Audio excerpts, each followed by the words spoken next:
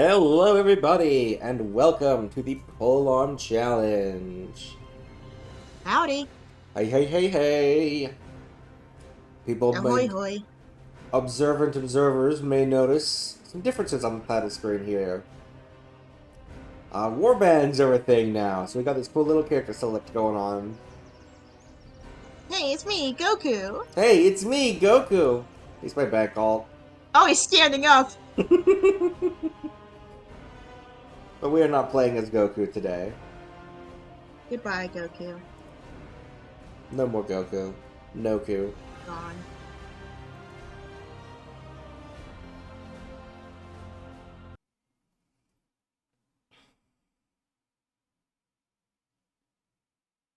So I've heard a couple things about pre-patch. But otherwise I'm mostly blind. Radiant song all across Azeroth. We have reason. Meet me in Silithus. Perhaps Azeroth. Thanks for cutting yourself off there, Jaina. Light on what this warning might mean.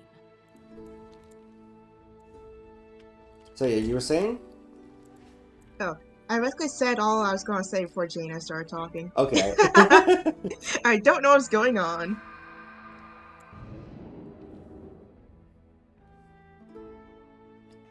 So the first time that you logged in pre-patch, you'd get a cutscene. So we're gonna have to go talk to someone and be like, hey, can you show me that cutscene again? Because it plays once per account, not once per character. Oh. But it's okay. We can go speak to. My buttons aren't where I thought they were. We can go speak to some peoples. You can go talk to Jaina and be like, hey, give me the recap. Wait, can you do dragon riding on your Yes! special boy now? Yes, we can skyride, in fact. Yo! That's awesome! Most flying mounts now can. Yo! Not all of them, but most of them. Most of them. Your beloved noodle can. Yeah, that's what matters.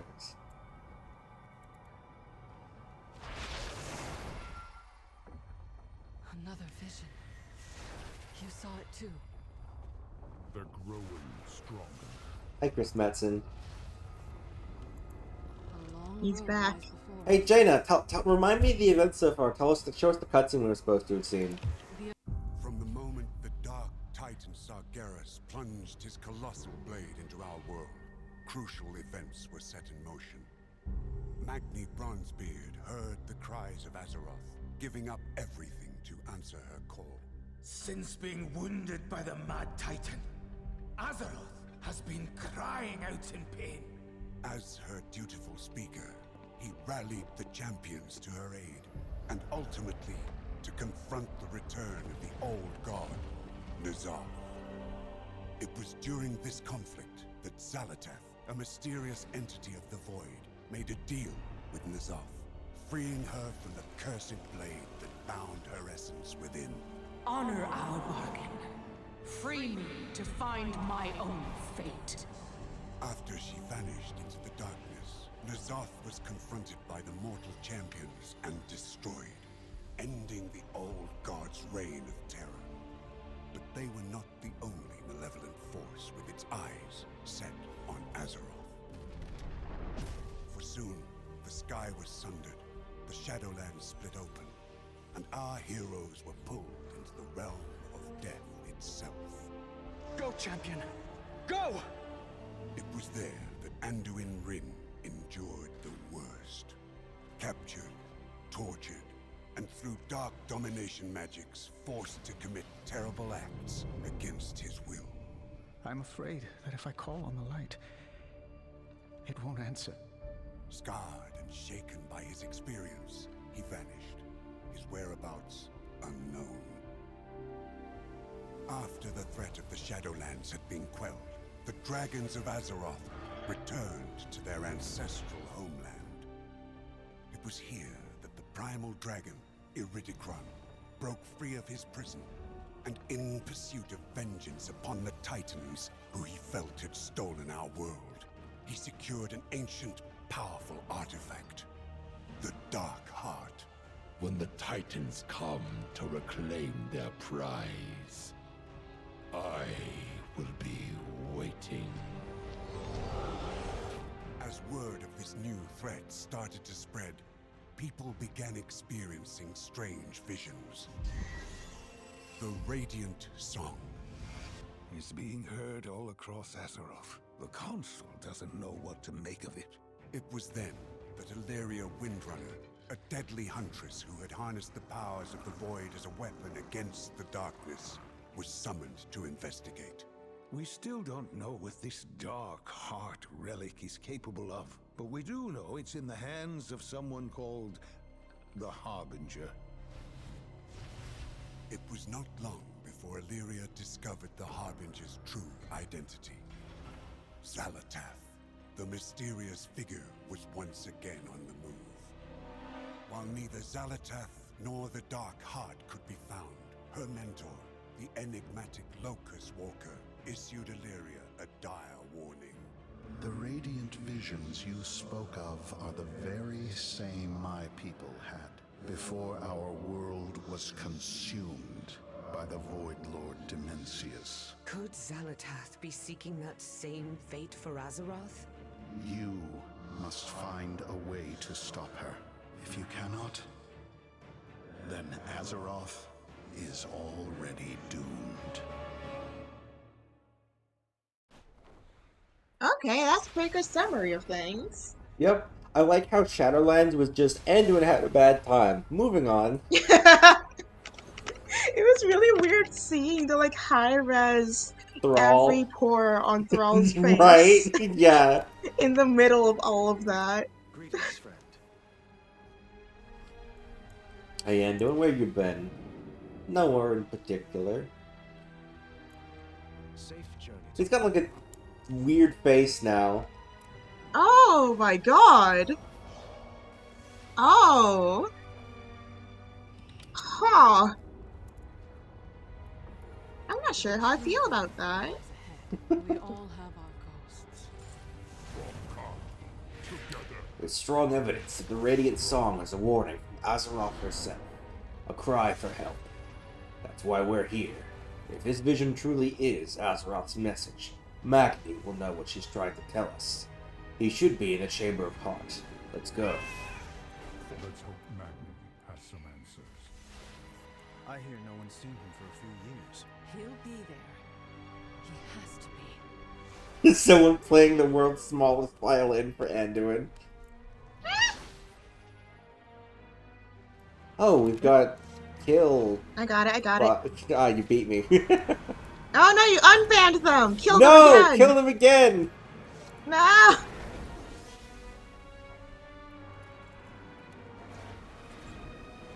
Okay, reban!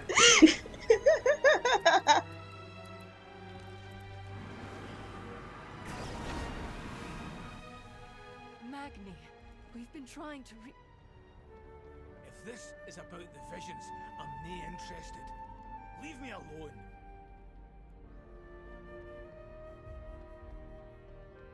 Hi, Magni. Azeroth needs its speaker, and so do we. He looks a little different than the last time we saw him. Huh. You may remember in the cutscene, he was like a bright diamond color. Now he's all gray.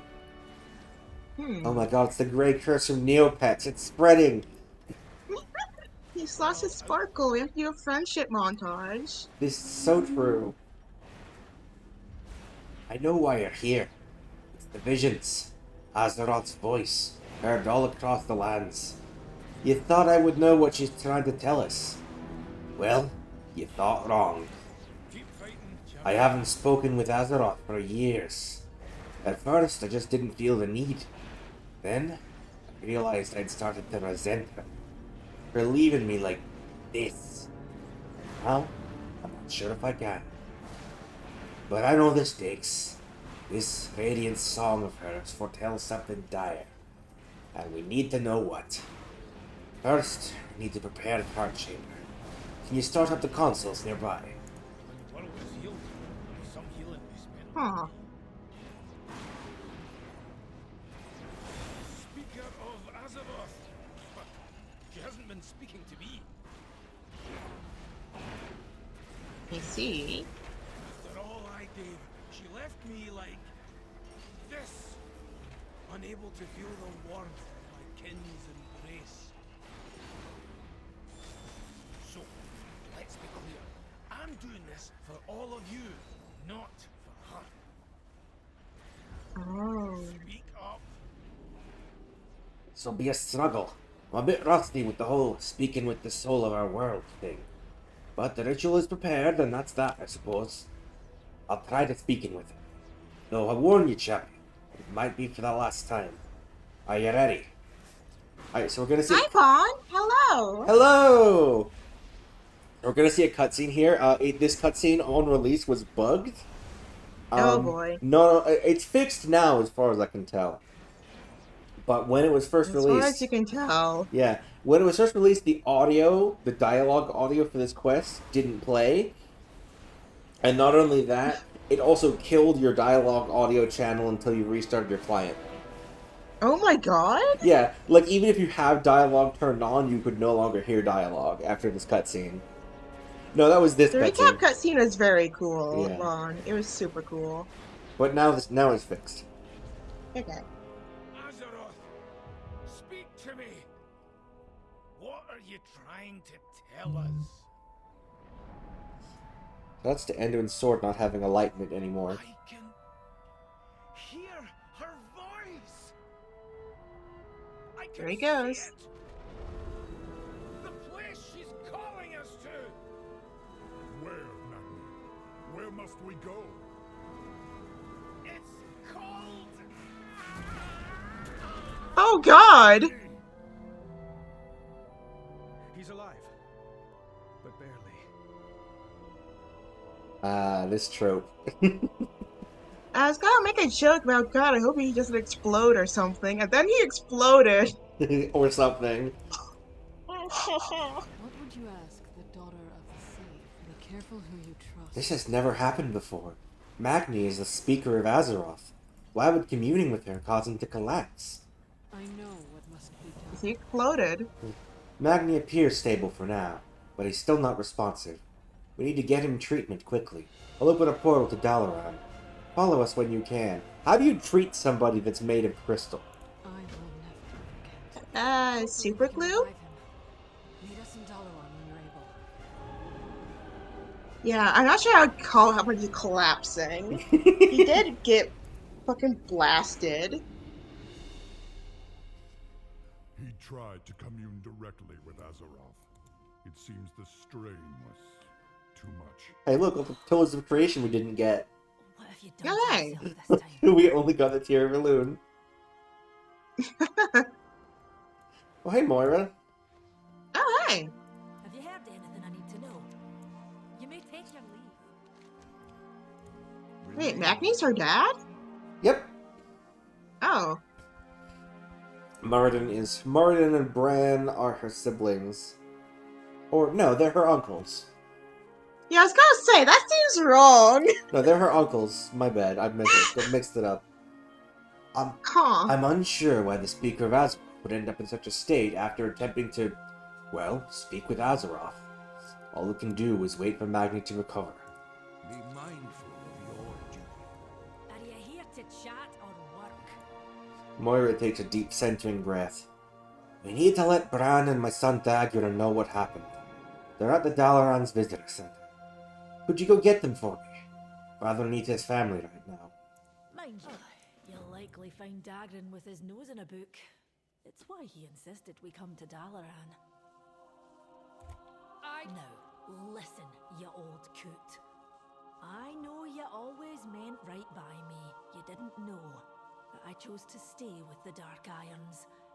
That Dagran and I were in love. Whatever your intentions were, my husband died. Because of you, I hated you for taking him from me. My anger built a wall neither of us could ever get through. And now, we may never get the chance. But my son, my little Dagran, He needs you. I guess so do I. Loath as I am to admit it, you were never the best father. But you can still be a good granda. So please, wake up.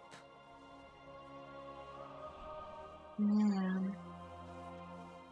Yeah, you're so right about the stay while and listen stuff being peak as always. Victory in the light.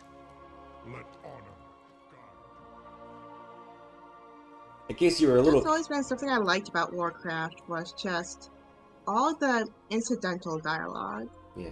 Also, in case you're a little confused about the names there, her husband was Dagran Tharasan, and her son is Dagran Tharasan II. Okay, that tracks. Speaking of whom... Have you seen these new tomes, Uncle Bran?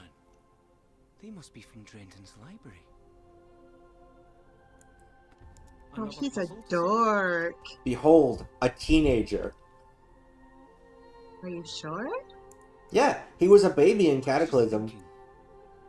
Huh. Give me something to figure out. Looks boring. Where's my dragon? I mean, fair. I've seen that there's a couple of... there's going to be possibly variants of it. Like, at the moment, it's just a circle with a big crack on it. But I think I also saw a version of it in the files where the circle is instead showing Kaz Algar or something. So it's possible location from the new expansion. Possible it'll be an evolving login screen. That's cool. We'll see. Loads of forgotten knowledge. Hey there, champion. Dagran and I were just perusing the local books, and the lad couldn't be more excited for his first visit to Dalaran. What brings you here? Magni's hurt. Moira needs you both in the portrait room. Keep your eyes on the horizon. I hope Granda's all right. I never got to spend much time with him. Don't worry, lad. Magni's made of stern stuff. Pardon the pun. He sure is. Oh, I see they didn't come through the other end of the teleporter. Nope. Teleportation accident. Oh, they beat me here. Maybe I was in the teleportation accident. What do you mean there's two Escalas now? You address the Queen Regent of the Dark Iron Clan. It's good for us to all be in one room together, even if the reason is so dire. My father hasn't really been a part of Dagran's life, but I mean to change that. You have my word. Thank you, Escala. If you hear anything I note, let me know. And that's the end of this questline for now. Oh. Yeah, 20 minutes in and we're done with that. That's why I waited after the first week to see if they're going to add more in week 2, and then they didn't. But we do have this. It seems that Azeroth has grown agitated. Something must have happened when Magni tried to commune with her. Past events have now come to life once more. I believe they're Azeroth's memories. Memories they may be. These radiant echoes are all too real and could cause serious danger if left unattended. Hello! It's okay. I ask that you investigate one of them and help however you can. It is a world of wonder. I phased in the middle of the quest. I gotta walk away and re-accept. Are we having a Palinauts tag along?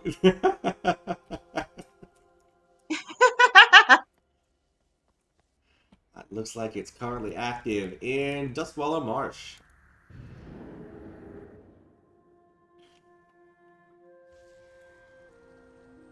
I'm so glad Khadgar is back. I missed him so much. Greetings, adventurer. Marshal Reginald Windsor at your service. I have reason to believe the forces of Onyxia have taken root nearby. We have supplies at the ready for those who would aid in our fight. I cannot remember how I arrived at this swamp, but it was great luck that I did.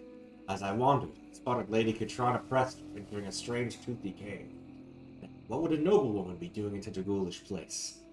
Following her closely, I found a great clutch of black dragon eggs within the lair. Such evidence is clear. Katrana is Lady Onyxia. I beg of you, aid me in defeating this vile dragon once and for all. So that's an NPC, that's a character from Vanilla.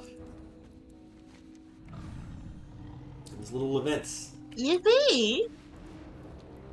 Let's go, go encounter the memories of King Gordok. A peculiar memory for Azeroth to show us. Hell.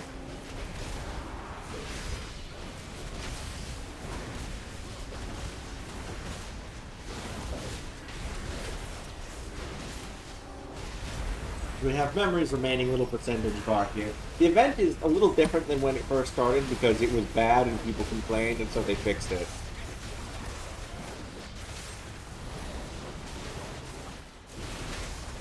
Well, it's based on... Vaughn says should have been Deathwing, TBH.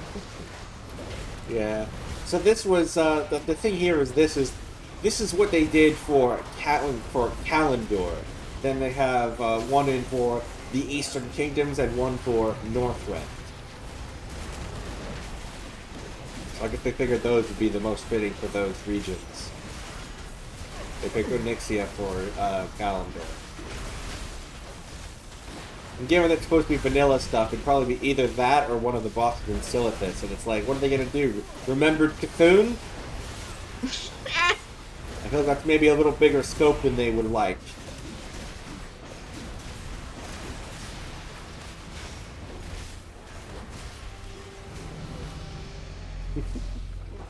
My god, 4 people just dinged 70 from that. Dang. Let's see, let's do Lazy Peons.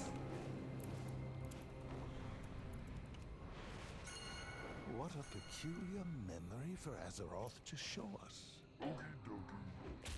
So this, of course, being a reference to the Orc starting area. Oh yeah! Bonk. I remember this. I got... these guys are from the cave in the Valley of Trials as well, I think. Bonk.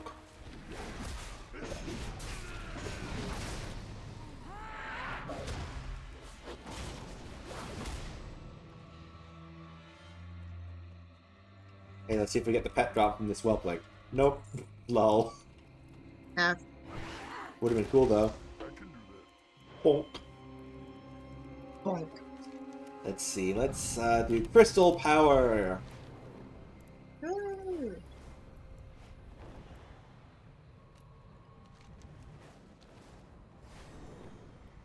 Are these Azeroth's memories? Or ours? So now we're in, quote, Ungoro Crater. I didn't actually loot those. Had all these colored crystals you could do stuff with. And vanilla. I lived in Goro. Well, Cataclysm in Goro anyway. I never got to the original. Yasharaj, though. I remember making an edit of the Miss Pandaria logo that's just World of Warcraft. I miss Pandaria. Reddit seemed to really like that.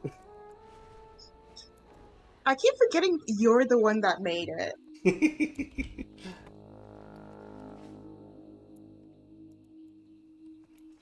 World of Warcraft, I miss Legion. Yeah, but I was So able to turn. true. Yeah, but I was able to turn mists into miss. You see, I do miss Legion. I used the existing Lekors.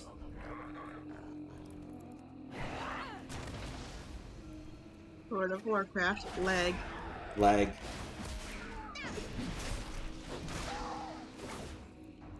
World of Warcraft, I am leg. Let's do Quelling Quillbor.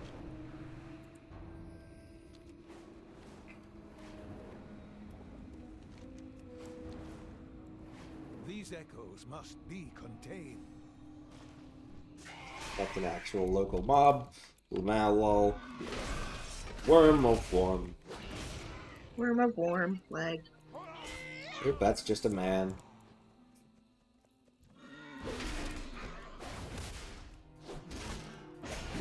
appears to be a reference to the Barons World War, probably, and Northern Thousand Needles.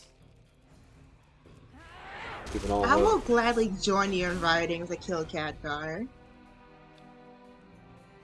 They better not. Well, I mean, his voice actor is getting pretty old. I think he wants to retire soon. That's fair.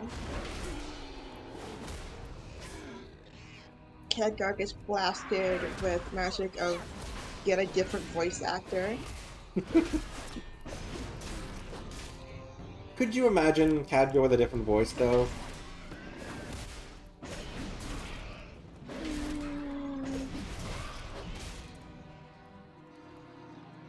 This man is in a tree. Bad for them.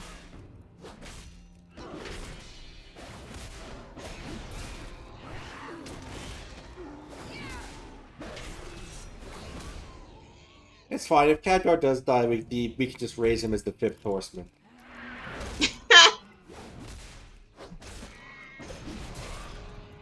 That will fix all of our issues, surely.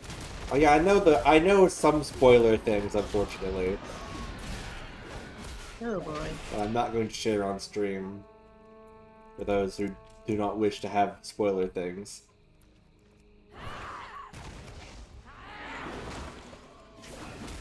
Khadgar as a lich is a fun idea. It's made of bones. We just used the Wondrous Wisdom Ball as the head. As if I laughed at it.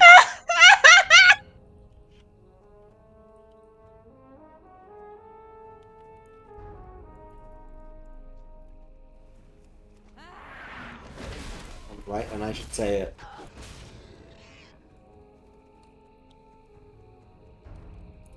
Yeah, you are right, and you should say it. Should say it. Just imagine a lich that can only say things like, reply hazy, try again later. Oh! It's like the vending machine isekai. Oh my god. For those unfamiliar, there's an isekai anime called something along the lines of Reborn as a vending machine, I now wander the dungeon. And he, as a vending machine, he only has a list of a few stock phrases he is able to say. Like, thank you for your purchase. Things like that. God.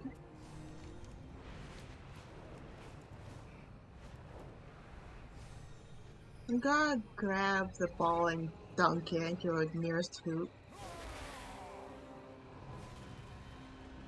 Nixia time. Woo!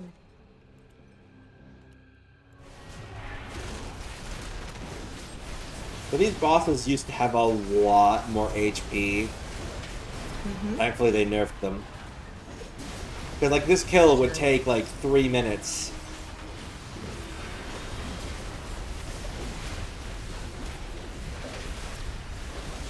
Oh yeah, I mean, personally, my take is that all of the old gods are actually still alive. They're just beaten back. It's like that makes sense. It's like, imagine that you stick your finger into a glass of water, and something in it, and then like... you're bitten by fish 50 times. Right, and then you're bitten by fish 50 times. You pull your finger back out, and you're like, ow, my finger. Like, that doesn't kill you. That just makes you go, ow, and pull your finger back out. Yeah. I think we did the equivalent of that with the old gods. We merely fought a small portion of their form. And N'Zoth, like, that wasn't even technically his physical body. That was, like, in an imagined realm of N'Zoth. This death cutscene was pretty bad. We just laser beamed. Yeah. That's the climax of the expansion. Da-da-da-da. Oh, we got a two-handed mace. And Vendered? Rip. We actually already have an event weapon I mailed over previously. Oh. I remember this one. Help Zen Felhoop deal with the abundance of cute and fluffy wildlife in the area.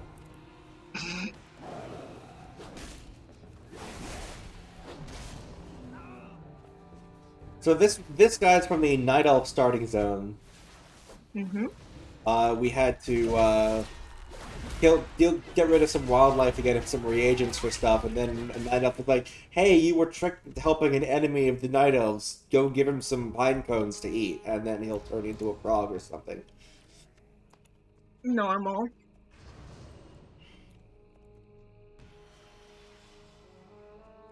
I have a pine cone then.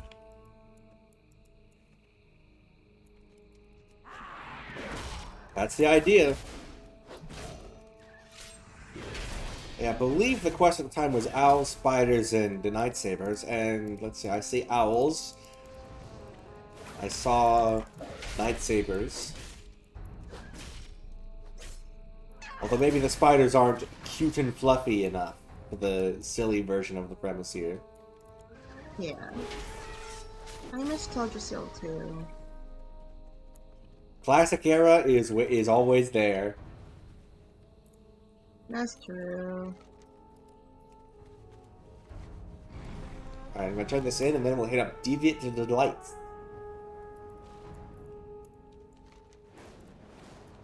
It is true. Is it true she finally rests? Hers is an unwavering ambition. It's good that we stopped her when we did.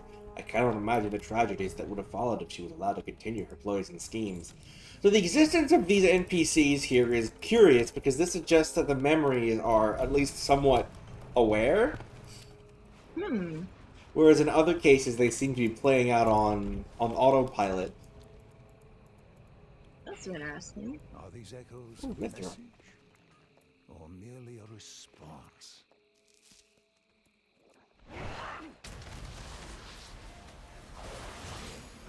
Fish!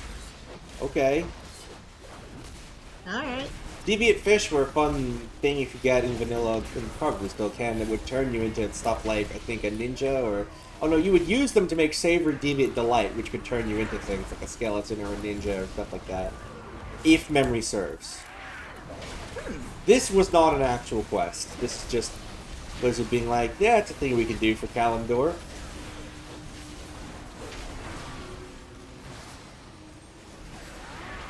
I think this fish model is from like Pandaria, so don't worry about it.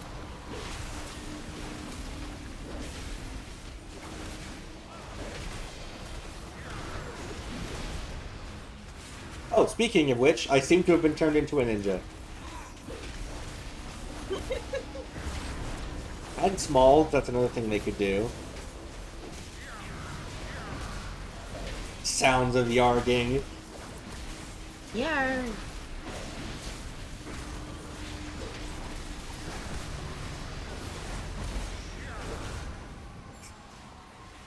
Yarg! Oh yeah, this guy got turned into a pirate.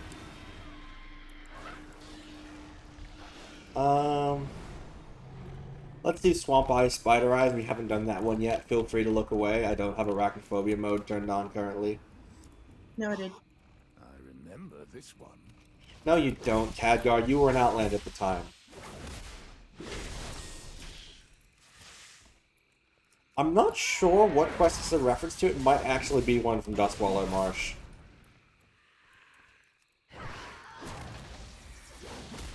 Oh, maybe.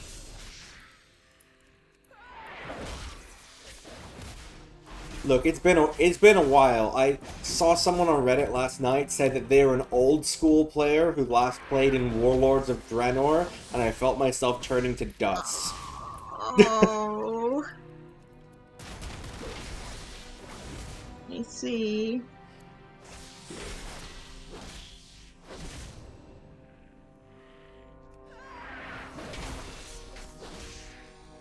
It has been a long time.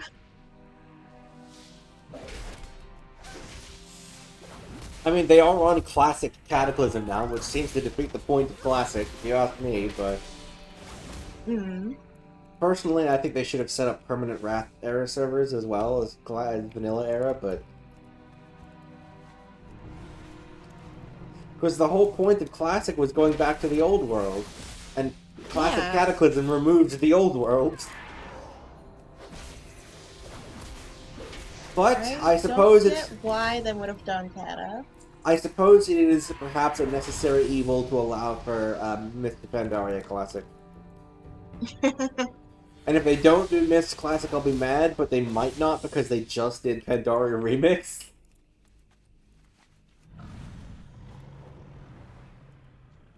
And people might be like, I don't want to do Mr. Pandaria again so soon. Yeah. Yeah, that's fair, Bond. Love Morgan. I just saw a pop-up of +4 horribly massive spider eyes.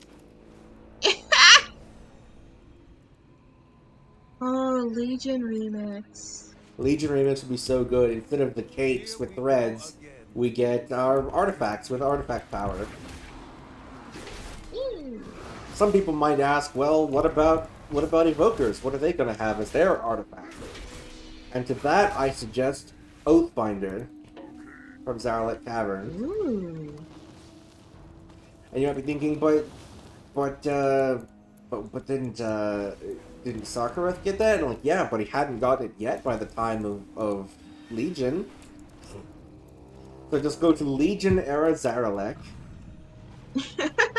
Get Oathbinder, do all your stuff, empower it, and stuff in at the end, drain it to fix the whole Sargeras sword issue. And then now that it's been depowered and put back to a normal level, go put it back in Zaralek again for Sarkareth to eventually find.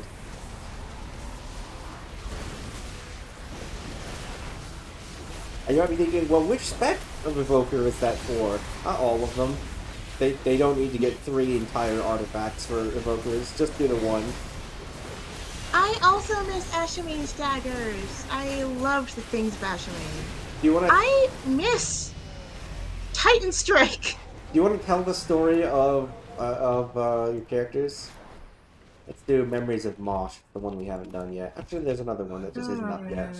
He's trying to tell us with these It's been so long, I still can remember. 2016, 2017.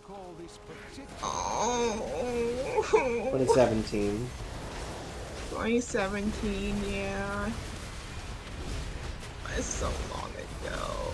My paladin May is 7 years. my paladin is still transmogged to Axbringer, because of course I am. Yeah, of course. Oh, it's been 7 years. That's not fair. Right?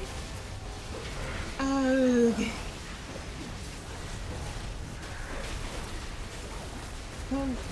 I'm wilting like a malnourished flower. I've never seen the sun. Ever. Ever.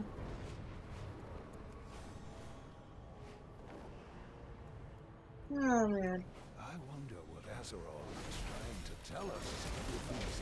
So a lot of this stream is going to be pretty repetitive. We're just going to be doing these events. I want to show off all 3 end bosses. Okay. The zones are on a 1-hour rotation, so it'll swap over in 20 minutes, and then the next one will be in an hour and 20 minutes. Okay. So streams will be at least that long, unless I get bored. Noted. We'll find ways to entertain ourselves. Yeah. I'm pretty sure it goes in order, so whatever the next one is. You know what? I can look it up and check. Wowhead. Next one is Northrend, yes. Woo! And then Searing Gorge. Old Memories of God's Villa. Last one here we haven't done. I just leveled up from 21 to 22 in 7 minutes. Memory of Onyxia. I believe this guy is from Zul'Farrak in Benares. Goodbye.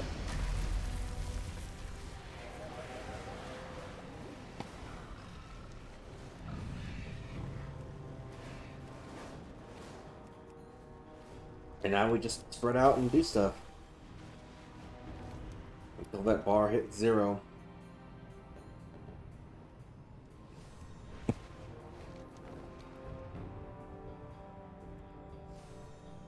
Are these Azeroth's memories?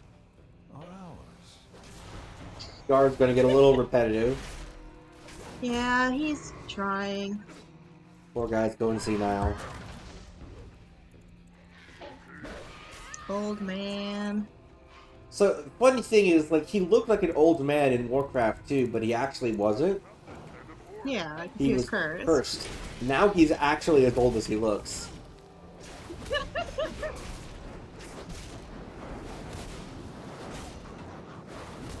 Yeah, if... Oh, yeah. If... I'm just thinking about how this pre-patch event was, like, on day 1, and it was bad. So the event cycle happened once every hour. It's like there were like there was like 6 memories up, 1 of each. And you did all of them once, and the boss spawned. And then it was just leftovers. Like random mobs around you could kill for 1 currency. The boss did not respawn, so you got 1 boss every hour. And if you weren't there at the start of it, then you missed it, then too bad. Man. Time to wait an hour for the next one. And then they buffed the health on everything, because like, oh, they died too fast. And then they became a miserable slog. But now that they've re-lowered the health again, now that they have the respawning event cycle thing. I think now it's in a solid position. They also buffed how much they drop. It also used to be that the quests, like we had a quest to kill Onyxia, those quests were weekly, but every character could do them. Now they are daily, once per warband.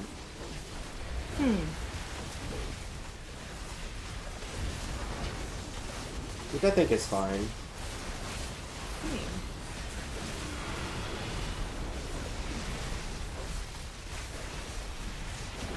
New icons? Which new icons?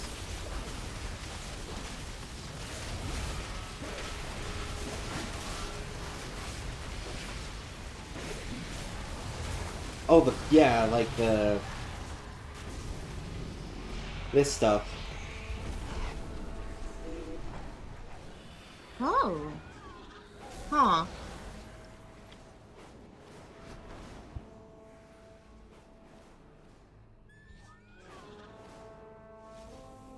So the classic exclamation point by itself is now basically just for side quests.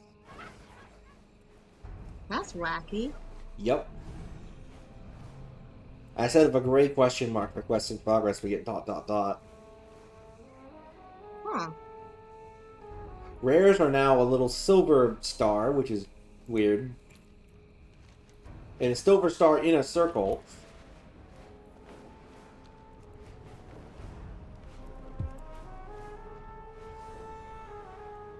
It takes some getting used to. I'm not sure how I feel about that.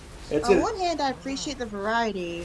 On the other hand, change bad, don't there's like. now like 10 more icons. Yeah. The fact that they had to put a here's what this means. Yeah. What I want to know is what happens when you go to Silver Pine and there are those like Worgen that had the red question exclamation marks over their head to indicate killing this mob starts a quest. Which, frankly, they should have done more of that. They should have used that indicator more because it was not always clear. And sure, some things have a little exclamation mark below their portrait, but that's never entirely clear as to whether that means killing this mob starts a quest, or killing this mob is required for a quest. Yeah. It's ambiguous. So sometimes you see that and you think, oh, I should leave that guy alone, I'll need to kill him later for a quest I don't have yet, when it actually means you should kill this guy now to start a quest.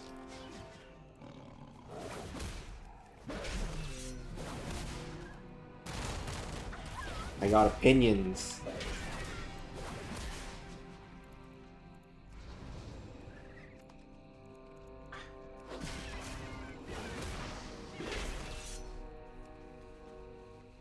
Your opinions are correct so far. Owning him. Oh, I got some mail armor. Great. I'll just set that aside and then I do a different character later. Because it is warbound until equipped.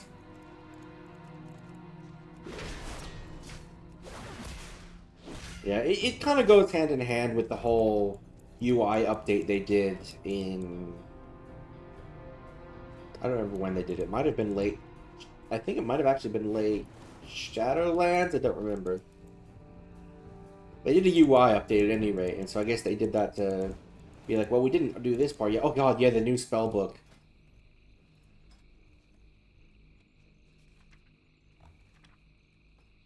Or is it is by default, like this? Oh boy. And then there's a different tab for general abilities here. Oh, I've also got hide passives. Huh. And then it's the same place as your talents, which is a little weird.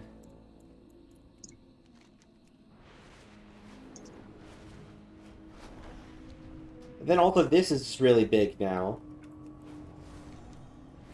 It seems Azeroth has no need for historical records. It's fascinating how strongly Azeroth remembers these events. Okay, thanks, Khadgar.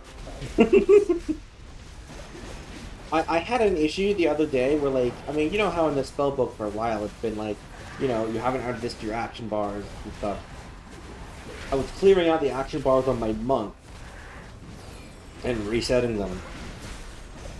And I came across a few things that weren't glowing, but also weren't on my bar, and I was like, what's up with that? And I mouse over it, and it says, this ability is on your action bar on a different stance. Oh. I'm like, what do you mean? I am playing on a monk right now. We do not have stances. What do you mean?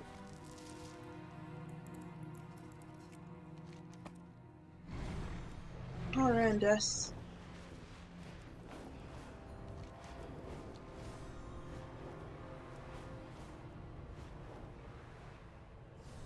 What a peculiar memory for Azeroth to show us.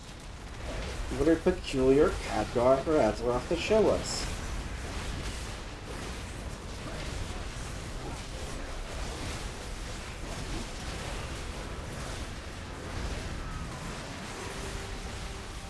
I think someone just died. No. Wishmaster, that's a cool name for a cat. Ooh.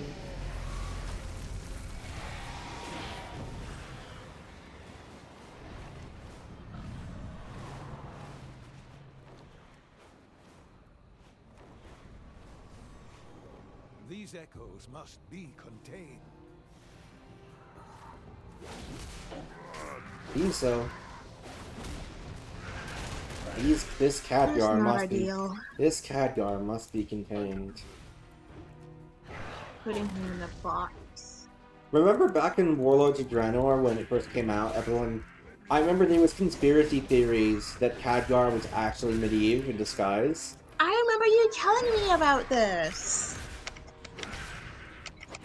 Because it was like, I remember. Because it's like, oh, I've had dealings with Gul'dan, I don't trust him, da-da-da-da-da. It's like, yeah. your only interaction Khadgar had with Gul'dan was with his skull. Yeah. But Medivh... Plus the fact that... out what was up with that? No.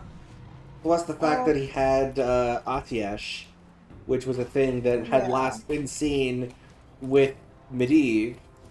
Well, technically it was last seen with Medan, but he got retconned away. Shoutouts to Medan. Dark shoutouts to Medan. Dark shoutouts to Baby's first OC. But canon.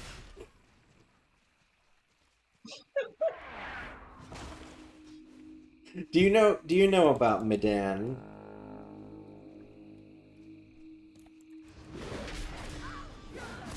In chat. Or should I tell the Does story? chat have the burden of knowledge? Only Okay, vaguely. so I get to tell you about Medan. So, there were World of Warcraft comics for a time, and some of it is canon, like, for example, the whole thing with Varian being split into two people and getting the twin swords and then being recombined into a single person, and the swords combining into Charlemagne. That stuff is all canon. Not all of it is canon, though. There was a character, Medan.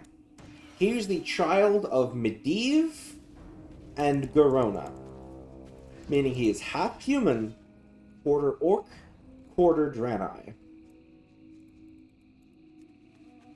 He was also called the Child of Three Worlds, and he was a mage paladin shaman. Oh. And he became the new guardian of Tirisfal and rebuilt the Atiesh, and he was super cool and everyone liked him. I see.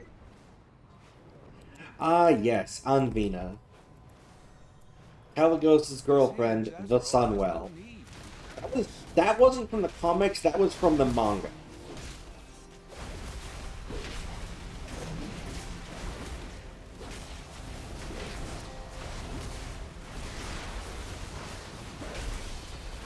Anyway,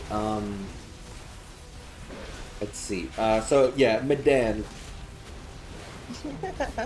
So, elements from Medan's story still exist, like some of the characters from the Council of Tirisfal have shown up later on in WoW, like Meryl Fellstorm showed up in Legion, in the Mage Order Hall questline.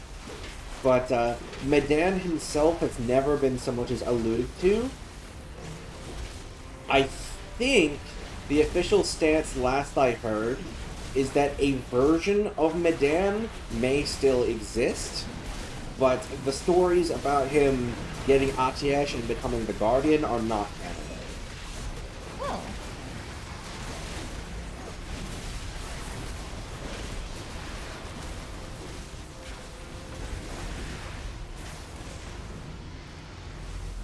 Oh good, a crossbow. Yippee. A crossbow, which is identical to the one my hunter has. I guess I could... No, my other hunter is a survival hunter. I could just vendor this crossbow. I have no characters who can use it. Rip. Rip. My only other hunter is survival. And in Remix at that, so he can't even use it yet anyway. Ooh. He's in Remix jail.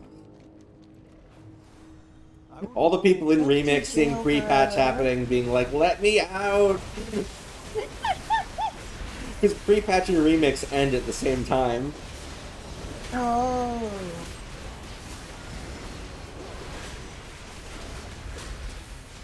Yeah, the Blue Dragonflight questline was super cool. I'm glad they did that. And going all around the world and stuff like that, there should be more of that. Put the world back in the World of Warcraft. Yeah.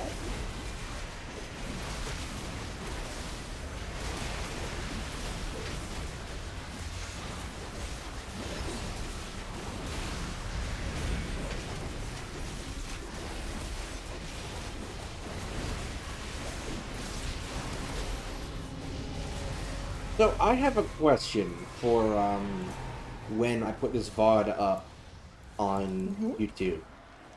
Would you say that this counts as Polearm Challenge Dragonflight, or Polearm Challenge War Within? Aw. Remember this one. I mean, it's growth in pre-patch, so... Yeah, we got War Within class balancing, it says War Within on the title screen. I would say so. Yeah. Even though technically the expansion hasn't begun yet. I mean, isn't really anything much to do with Dragonflight. It's all leading up to War Within Yeah. stuff. Yeah.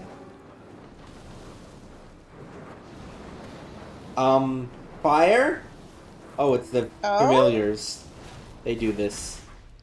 I see.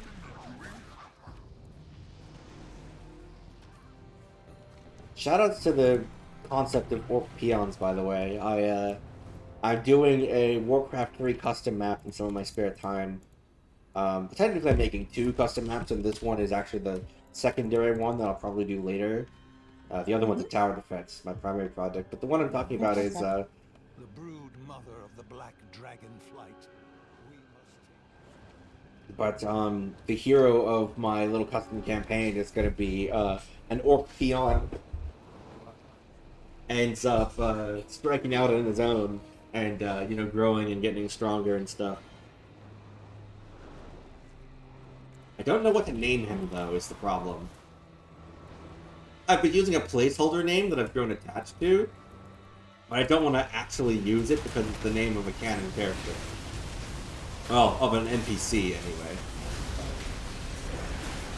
And I don't want to make it seem like it's actually that guy, because it's not.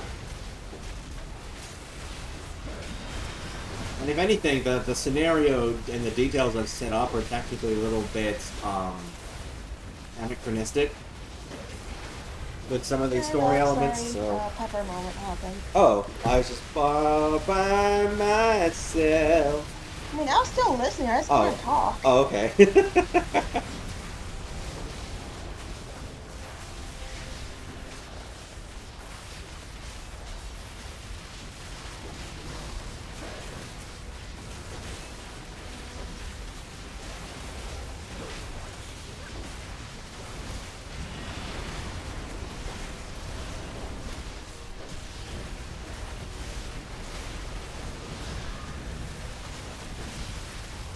Yeah.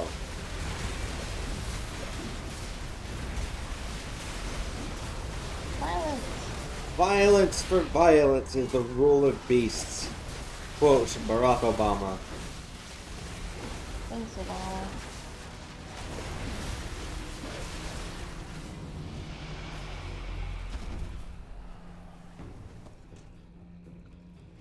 Shoutouts to when presidents had sense of humor. Remember when he did the thanks Obama on himself? What?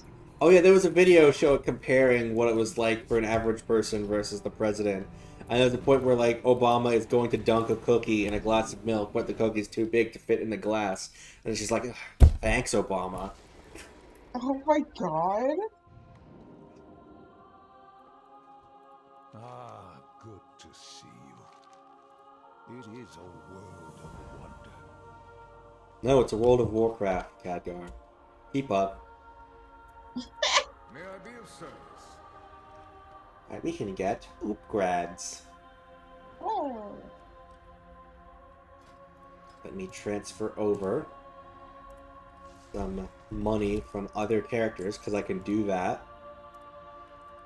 Oh, sweet. Gotham has one. It's to make sure he can still transfer them back over to himself. The 4%, 40%. Let's do the 40% first. Thank you for browsing. Browse at your leisure, friend. 34%. 32%. 35%. Enjoy your purchases. We have reasonable prices. Your coin is always welcome. Off we will go to Dragonblight. The time of the Argent Crusade is now. Hey, look who it is. Oh. We shall Hey, bud. triumph. Each of us has a Long have I waited for this day, hero. Are you and your allies prepared to bring the Lich King to justice? We charge on your command. Tyrion! I still think they should have been able to raise him as a Death Knight. So, I think now is a good time for me to talk about... Actually, no, I'm going to wait for chat to return so that then I can talk about my alternate 4 horsemen for Legion.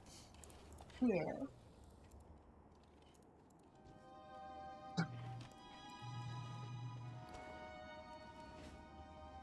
So my fan is haunted. Again? Your what's haunted? My fan. Oh. That's not good. When we moved into our new place, my parents and I switched which fan we have. Um, so my parents have my old one in their room, and I have theirs in my room. Okay. So my new fan, air quotes new, has a bizarre issue. I think it's a short or something, where it will randomly turn off and then just as randomly turn on. It has a little remote to turn it off distantly or turn it on distantly, and it doesn't work half the time. And the button on the fan itself also doesn't work.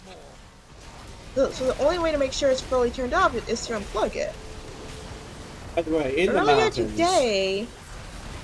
Earlier today, I turned my fan off because I was going out for a walk, and then I did some art. Then I came in here to stream, and it's been off this whole time, completely ignored by me, until now, where it's decided to turn itself back on.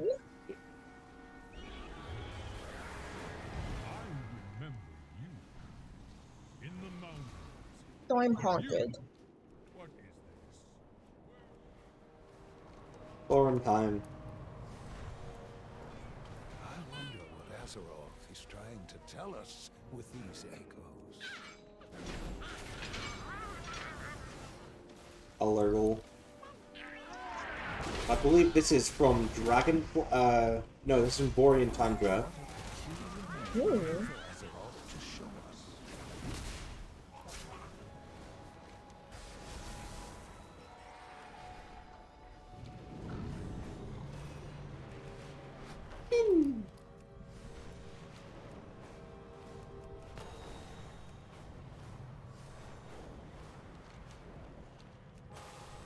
It seems Azeroth has no need. High Lord.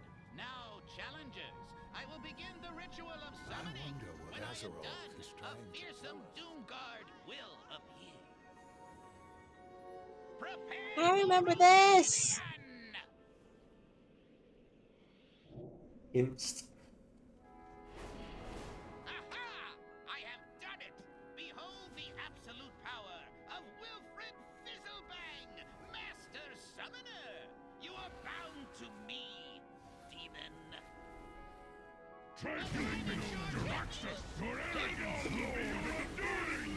Okay, great. Yeah! Just play all the voice lines at once. Why not? You face Jaraxxus! You face Jaraxxus! Erdar Lord of the Burning Legion! You face Jaraxxus! You face Jaraxxus! Erdar Lord of the Trifling Gnome!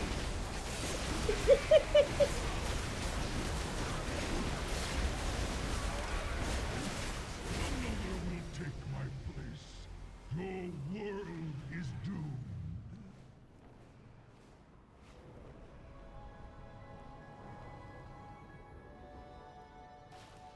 Gather lumber. It seems Azeroth has no need. Hi, Asriel! Spin! Which accord you want to go with? Yes.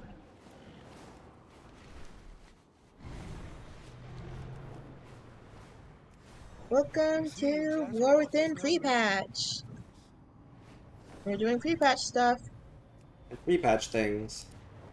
Sorry, it's one of those named In the Mountains. Oh yeah, that was when we fought Thorin. You were telling a story about your fan. Oh, I wasn't paying attention because I was judged by how haunted my fan is. Oh, man. Spin! Distant Thorin. At maximum volume for some reason. Yum.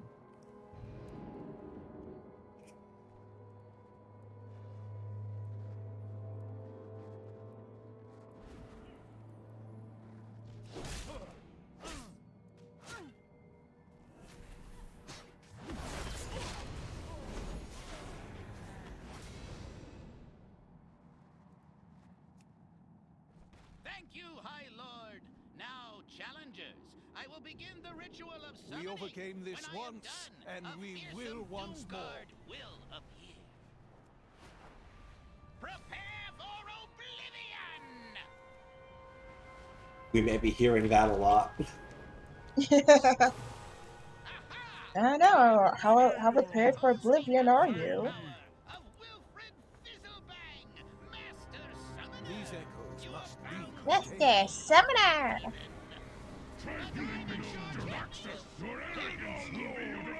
Oh god, it is just like playing every voice line at once. Yeah.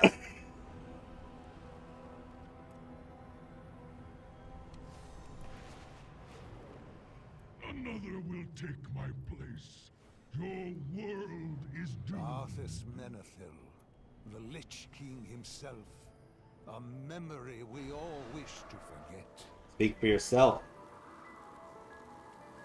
Arthas is like the nostalgic Warcraft character for me because I played My introduction to the franchise was Warcraft 3. And you start by for the first 2 campaigns, you are playing as Arthas. Oh. And then the last, well, second to last campaign of the expansion, you're also playing as Arthas. And the last one you're playing as Rexar. Mm-hmm. Yeah, Arthas is Mr. Warcraft. Maybe Thrall, but no, it's Arthas.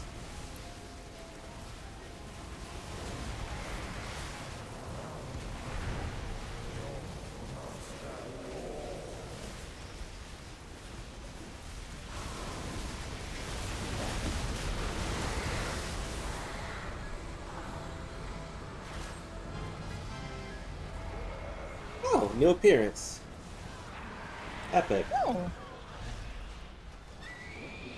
Wait, it's leather. Arthas is the Warcraft character. Why else would I play a Death Knight when I played Warcraft? It's so true. Oh, I gotta open my Google Docs. I have a little checklist.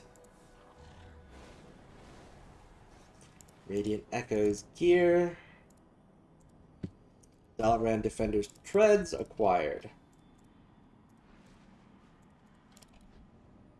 Nice. Okay. Webbed Crusaders. Thank you, High Lord. Now, challengers, I will begin the Here ritual we of go summoning. again. When I am Quite done, a literally. fearsome Doomguard will appear. Prepare for oblivion! Where event? Aha! I have done it! Behold the absolute power of Wilfred Fizzlebang, Master Summoner! You are bound to me, demon!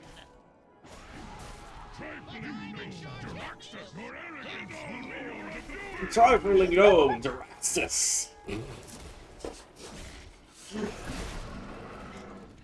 Why is this not saying that I'm in the area? I'm gonna fly away and fly back. See if that does something. There we go.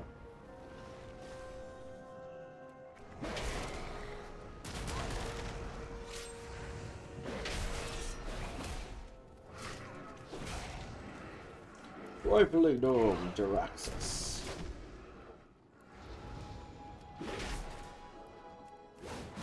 Another will take my place. Your world is doomed. That one didn't even show the yell in chat. It was just the voice line, huh? Oh boy. Shark detected. Oh, that's Growl's discarded too.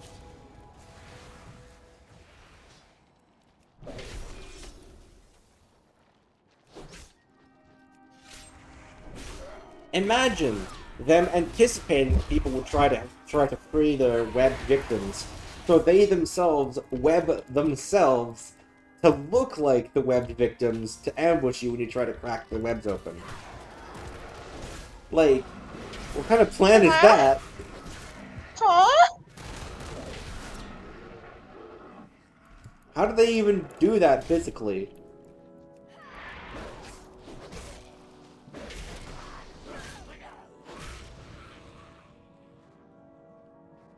This You know. this event had such a glow up. It's insane. I have no idea what they were thinking when it first launched. Stay your arms. I yield. You got it, Thorm.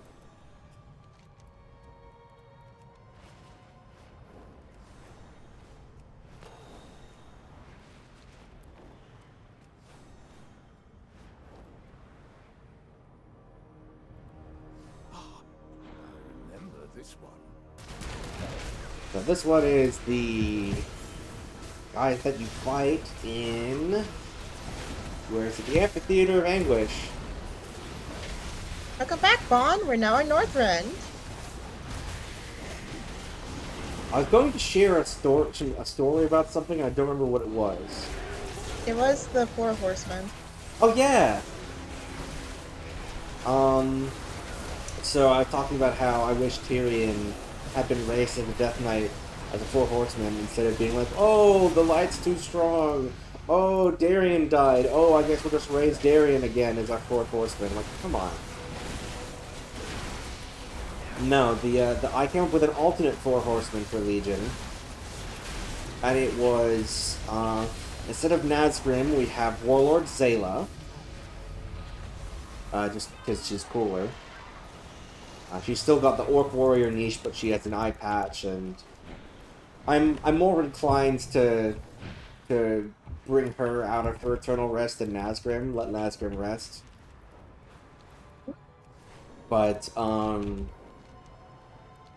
It seems Azeroth has no need for historical records.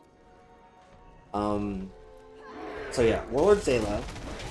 Then, instead of Thor's Trollbane, it would be Emperor Sorcerer Thane, Dagran Tharasan,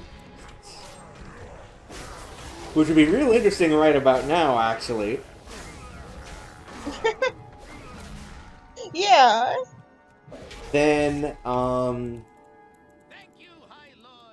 instead of Whitemane,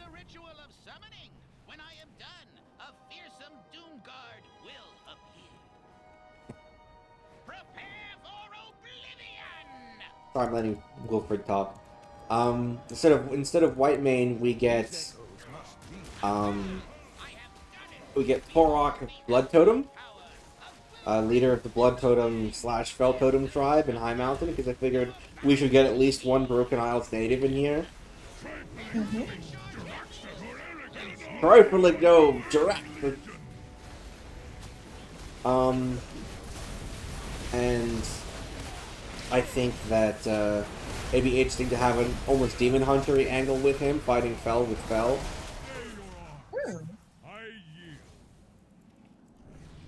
I figure he'd be like a Blood Death Knight, but with Fel blood. Okay. And Dagran Tharasan would be like a Frost Death Knight, but also with his own fire magic. His fire sorcerer magic. So he'd be Frostfire. Then the last one would be Tyrion. He would be the token human. And he'd be like Sir Zeliek in the original Four Horsemen, where despite being raised into undeath, he can still use the light because of the strength of his conviction. So he'd be a mixture of unholy DK and holy paladin. That's cool. And he would, I'm thinking he would be Tyrion the Ashen. Partly because he's no longer the Ashbringer, he just is the Ash. But also because the team-up of the Argent Crusade and the Knights of the Ebon Blade that fought the Lich King were called the Ashen Verdict.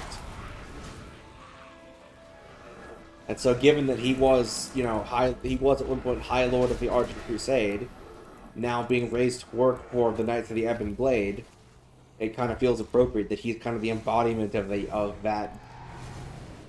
the Ashen Verdict. Even though the Ashen Verdict was never technically in... Whoop! Hey, thanks for the follow! Oh, hey! You jerk! Wait, that's my friend! Ah! I'm tangled in my wires. Ah! Hi, MJ. Cyborg malfunction. Yeah. I'm hog-tied myself. Like a ham. Like a ham. But One's yeah, best friend. But yeah, those would be my version of the Four Horsemen. And Darien would be the Death Lord instead of being a Four Horseman. Okay. He'd be in charge and have an artifact and all that.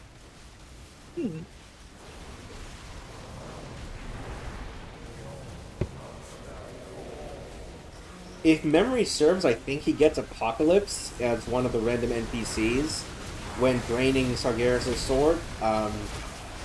There's the player, but then there's also NPCs that represent other classes with their artifacts, and I think Darien with Apocalypse, the unholy artifact, is one of the possible NPCs that could show up. Huh. I think. I looked it up relatively Cool, recently, so. but yeah. It's the closest there is to canonical wielders of the artifacts.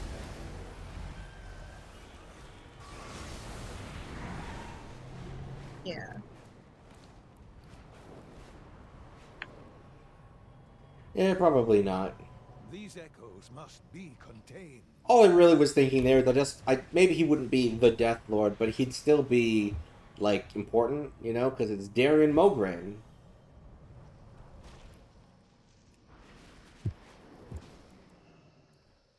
Kiss recalled lake frogs. Yep, this is a reference to a daily from the Argent Tournament, I believe, where you had to go get basically do a whole Lady in the Lake situation, but also you had to kiss frogs. To find the maiden, Lady in the Lake.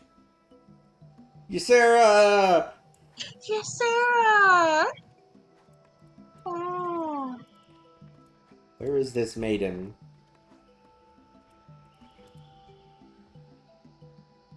Nose Whistle. That's an interesting choice for name.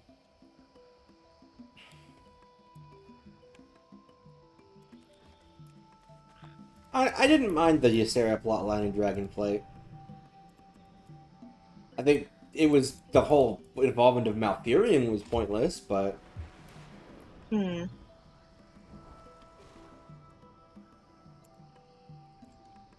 I still don't like Malfurion.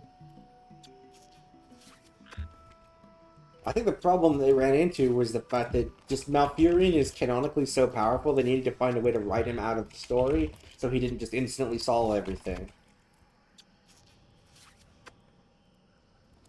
Where is this maiden?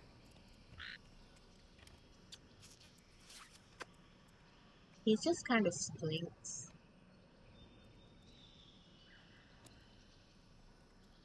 Oh, someone found the maiden. Thank you, High Lord. Now, challengers, I will begin the ritual of summoning. When I am done, Yeah, that's true, Vaughn. Doomguard will appear. Yeah. Prepare for oblivion! I remember this one. I mean, I can acknowledge the desire to do a whole passing the torch thing.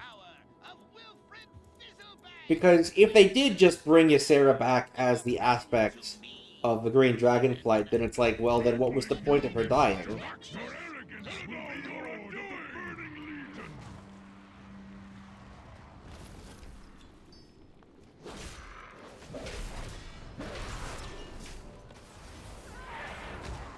I thought that she was in Shadowlands just because of her connection to the Emerald Dream basically made her a wild god, so she got reborn.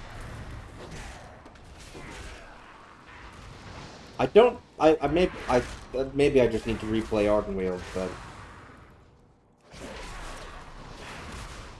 I don't remember them making a big deal about how Ysera needed to survive. What a peculiar memory for Azeroth. But again, it's been a while, so.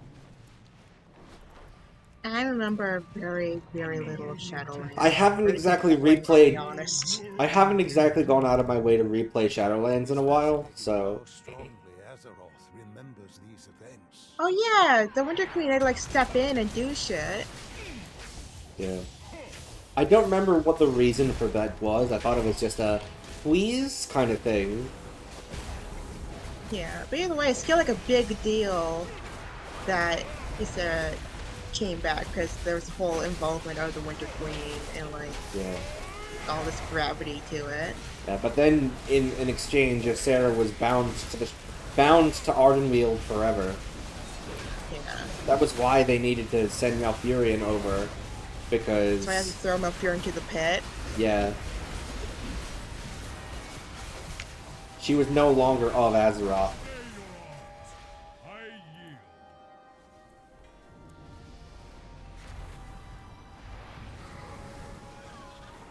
What a peculiar memory for Azeroth to show us. Oh, It and does Thorm's feel back. like they biffed Ysera pretty badly, but that's just the consequence of Shadowlands in general being what it is. Thor, my lord, why else would these invaders have entered your sanctum but to slay you? They must be stopped.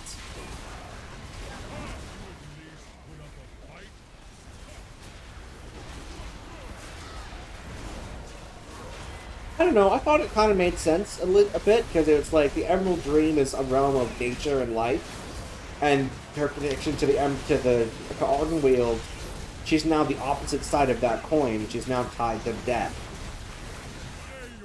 So it makes sense that she'd become a bit incompatible with it.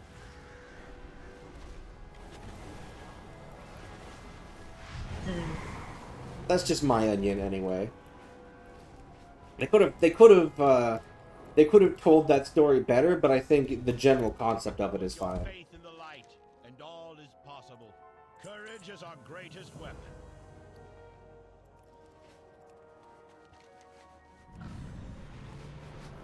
Thank you, High Lord. Now, challengers, I will begin the ritual of summoning. When I am done, a fearsome Doomguard will appear. Prepare for oblivion! Yeah, to each their own.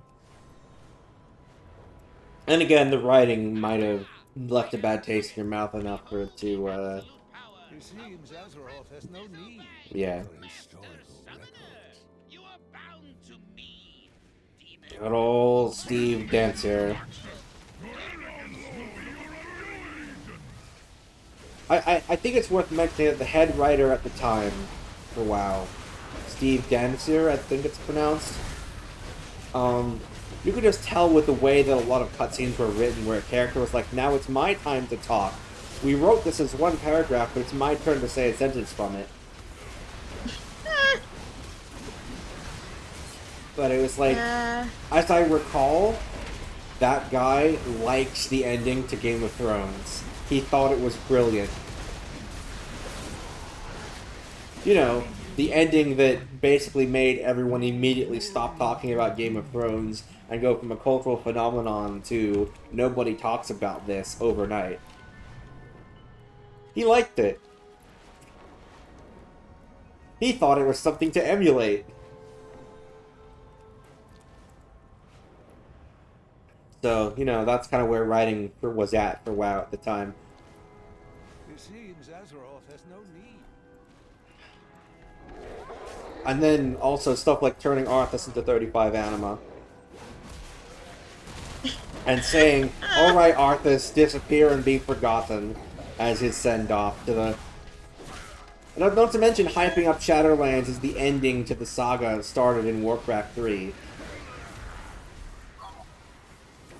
Which, like, no, and then actually the jailer was behind everything all along. And stuff like freaking ruining Kel'Thuzad by being like, actually, I never was serving the Lich King. My true master was the jailer all along. No. And then, of course, the Dreadlords were actually not working for the Legion. despite being demons, they were actually created by Sire Denathrius, who was working for the jailer.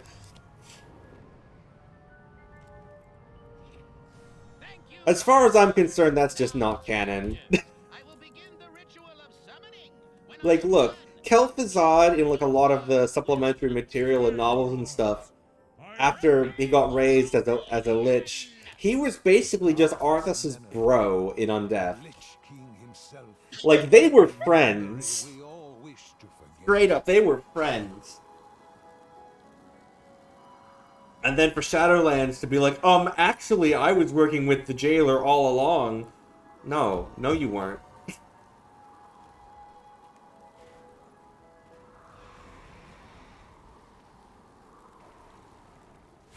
I think that's even disputed within the canon itself. I think there's an indication that he only met the jailer after his phylactery was destroyed post Wrath.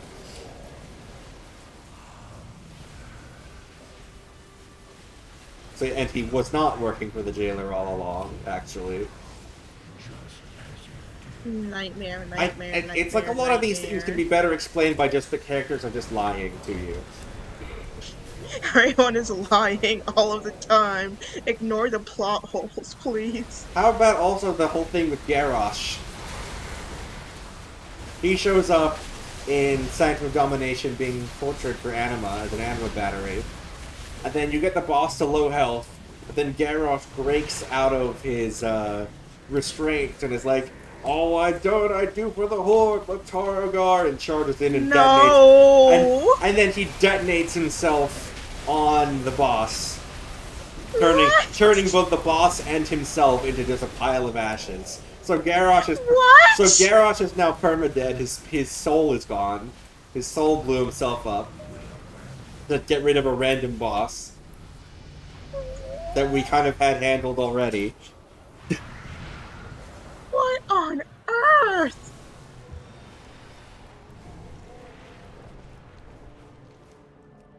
What? Why? I will say I do like the idea. At least one aspect of that I do enjoy is the fact that like Garrosh is like, screw all of y'all. I was right. I don't regret a single goddamn thing.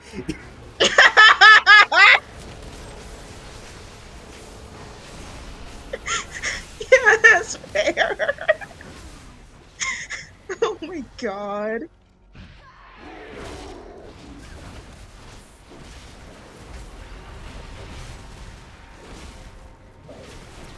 Goes, all my war crimes are justified, then dies the explosion. Yeah, exactly. Basically, like, if I had a second chance, I would do the exact same thing. Goodbye, losers.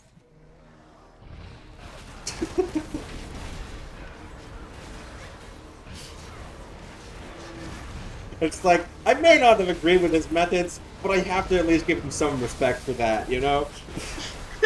Oh, God.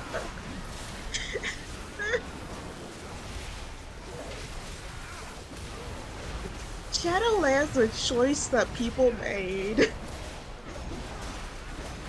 I remember Killian's video on a garbage guide to World of Warcraft talking about, like, people used to argue about what the worst WoW expansion was, and then Wart Draenor kind of killed that argument.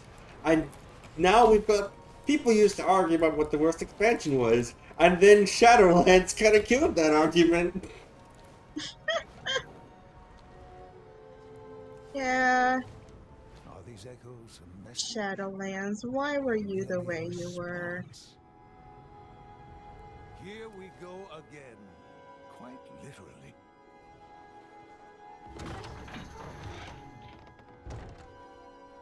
Thank you, High Lord.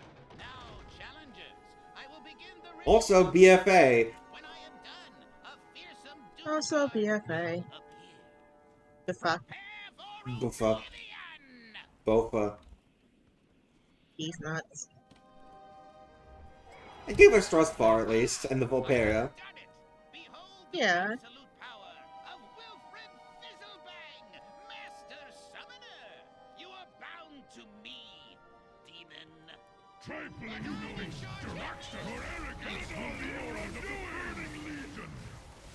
God.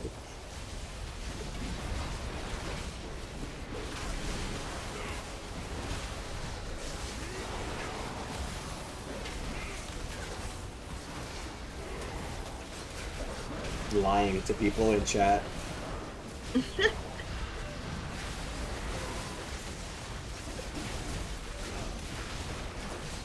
That reminds me. Oops. Hear that Zalatat showed up in Season of Discovery. Oh. What's she doing there? No, or at least probably a Zalatat.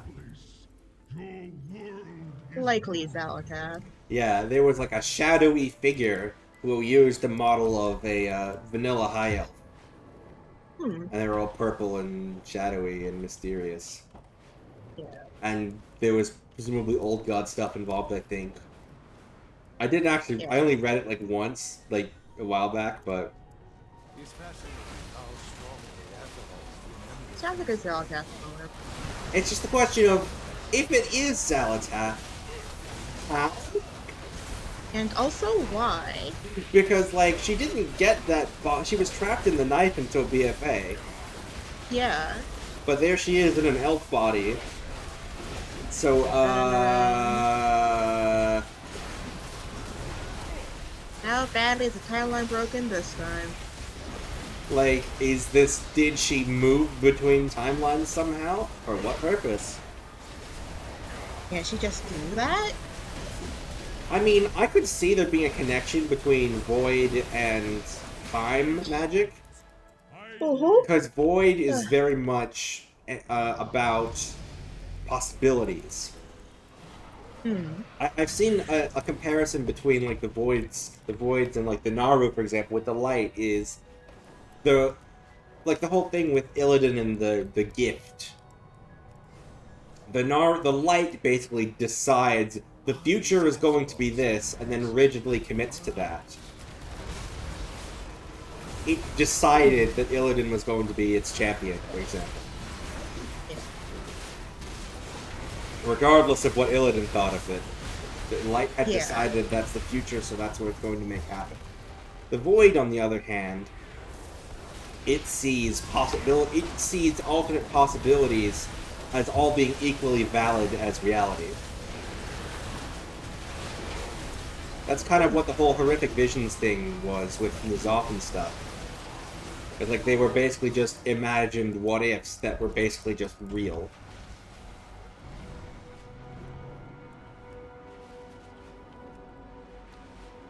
And one minor detail I thought was fun was there was a world quest, I think, in Dragonflight where you have to fight enemies from storybooks come to life. And like, unlike all the other ones, the storybook version of Void creatures seemed to be aware that they were part of a story. Huh. And given their nature of given the Void's ties to possibilities and stuff like that, it's like, that kind of makes sense. They may be fictional, but that doesn't make them less real. Like Danganronpa V3. Oh god. Let's not go there. Mean to me.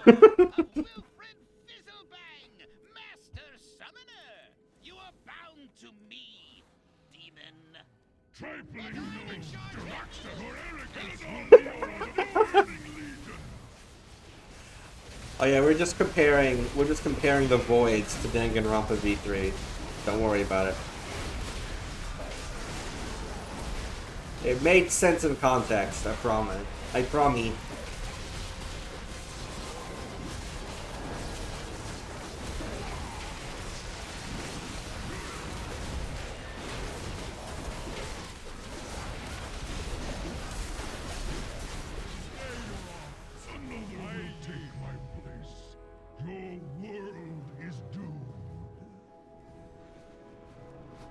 I have not, but Jorb has told me basically everything that happens. I live blogged it. Yeah.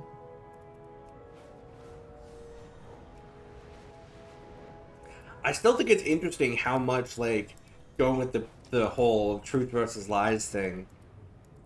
I feel like a lot of the truth, TM, that we were told in that game wasn't actually the truth as well.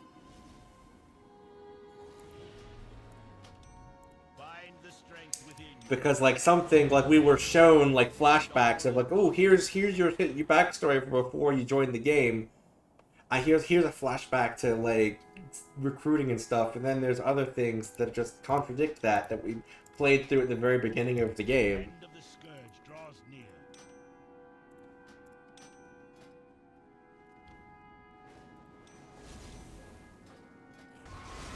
I don't believe that that's an upgrade. Courage is our greatest weapon. Purchasing things from him. Together can we succeed. Doo-doo.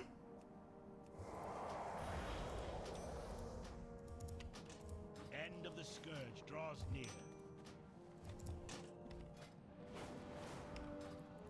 The time of the Argent Crusade is now. Each of us has a role.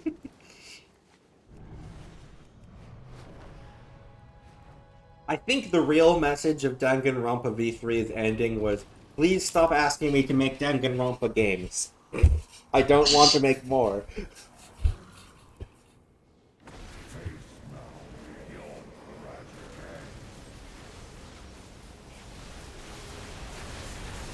And so that's how we're getting, like, the 100, whatever it's called. I forget what it's called, but it's the Danganronpa, but it's a Fire Emblem.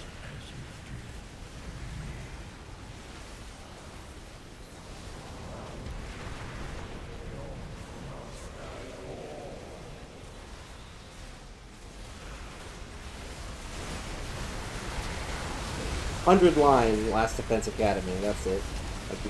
Thanks, Google.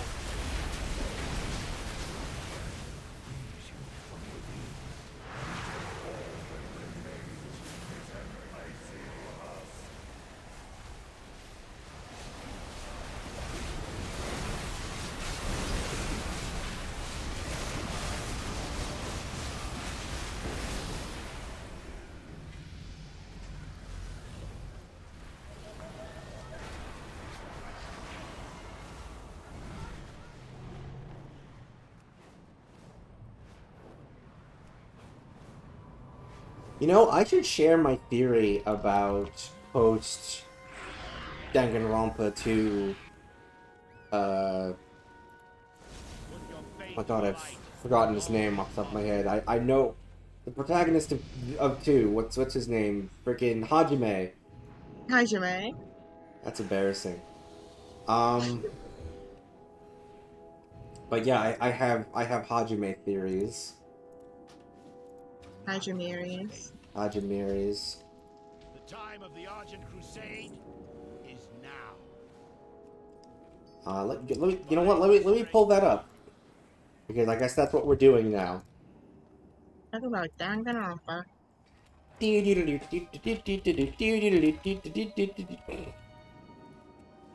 Like SP music.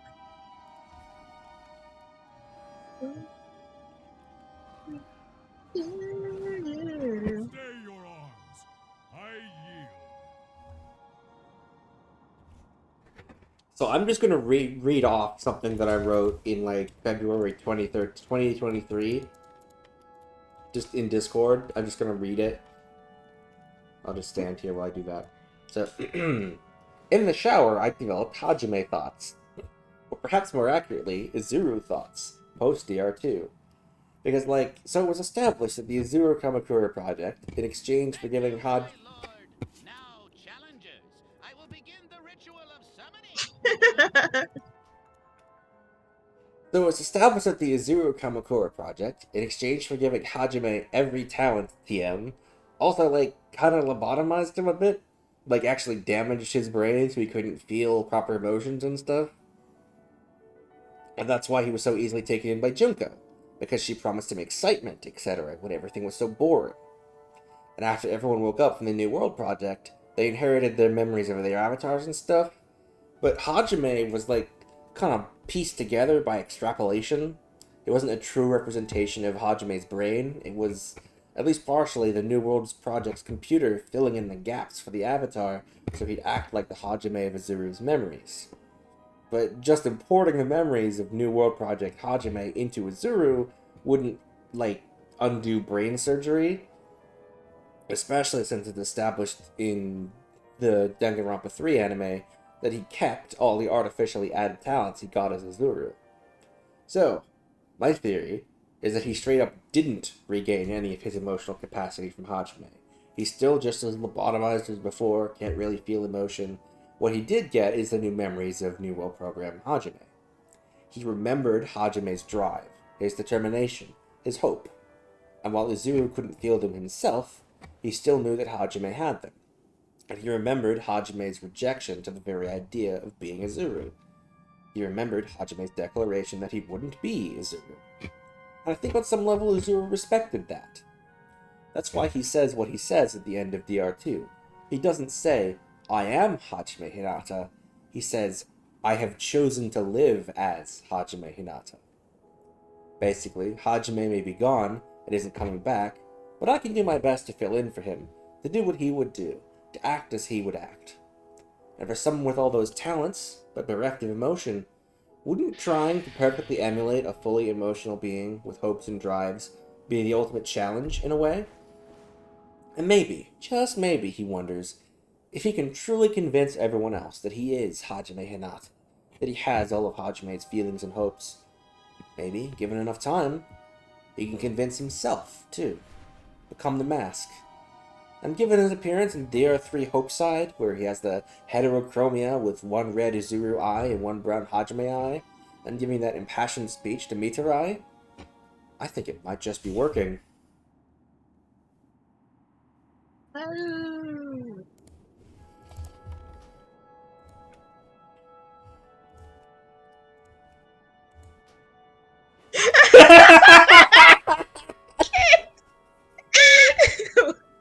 What would Hajime do? Would he make them fried, or would he make them scrambled?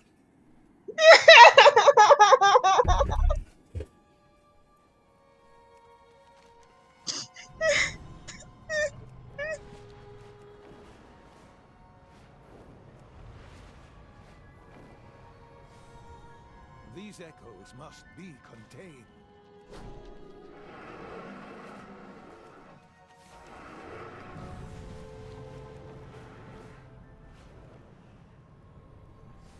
To be fair, whatever he does, he's going to make some really good eggs, because, I mean, if he has every talent, that probably includes the ultimate egg cooker.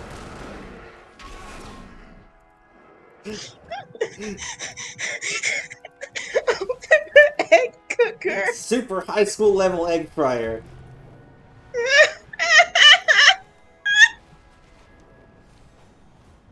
You know what? They should make the ultimates get more and more specific as time goes on.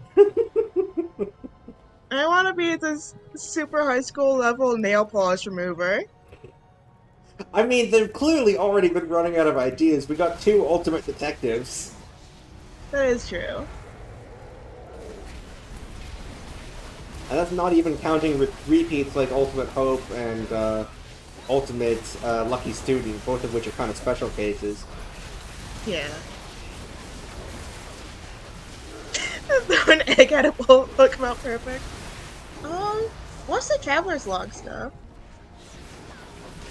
Oh, that is this stuff for the trading post. Oh. I like it. It's something to do. But, I mostly end up getting pretty much all rewards for the Traveler's Log within, like, 1 or 2 days just by playing normally. So it's like a battle pass. Kinda. But it's like, I basically don't have to put any effort into it at all. I just kind of ignore it, and then like, okay, it's time to get my free stuff.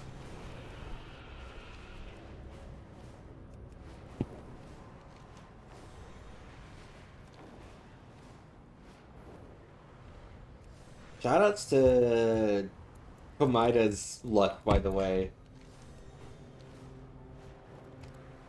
Yeah. Azeroth's memories. They're really different, man. Yeah.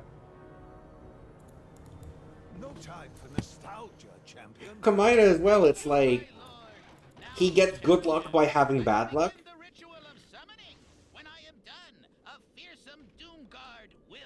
Like, oh no, I screwed something up and it all went wrong, and then the results of that going wrong end up being favorable. By accident. Yeah. And also stuff like, man, it's a shame that this plane I was on crashed, but I found this cool waterfall I could shower under. How lucky!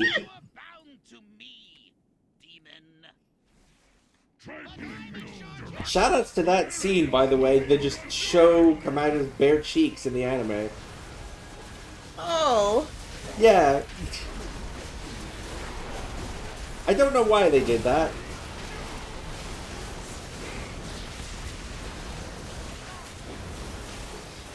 I could never forget, unfortunately. I wish I could.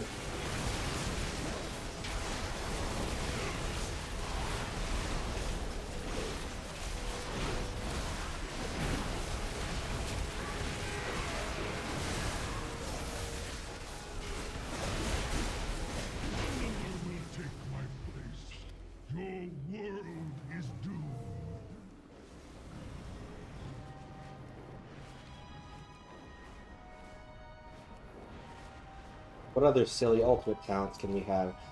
Ultimate esports player. Super high school level esports. Super high school level backflip performer. I wouldn't call this particular.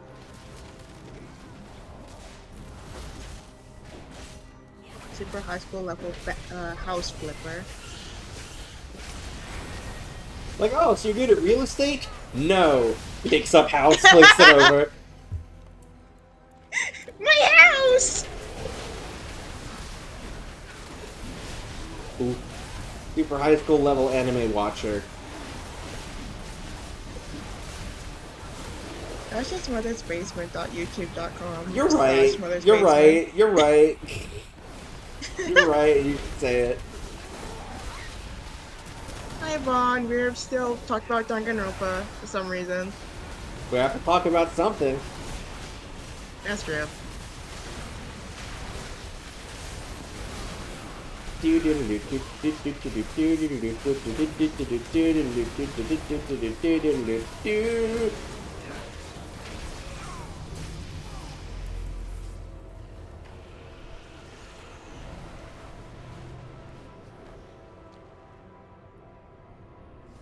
Oh.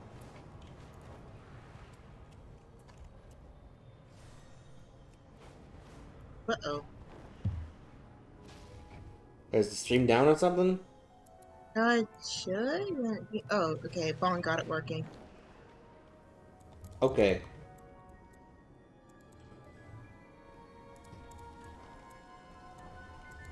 Dropped frames 0. Not bad for 2 hours. Arthas Menethil, the Lich King himself, a memory we all wish to forget.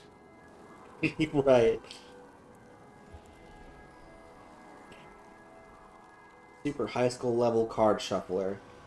Super high school level yo-yo tricker. Super high school level slinky player.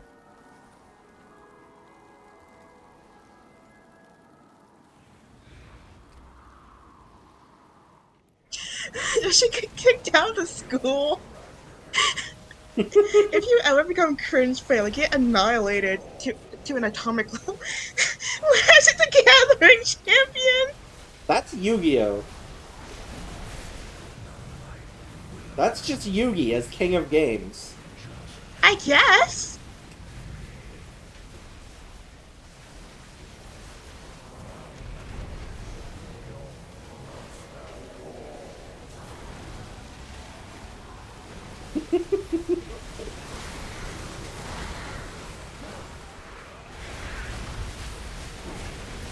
Ultimate coma Super patient. high school level notebook maker. Super high school level coma patient. Oh God! Damn, they keep missing class!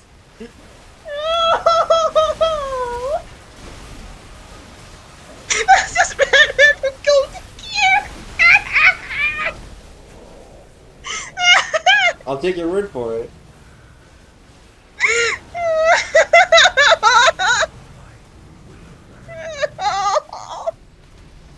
Oh, God!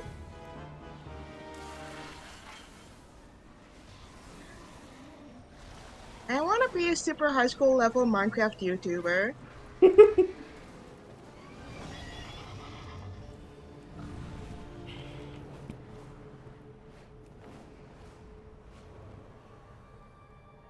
How about super high school level for something that is, like, not provable?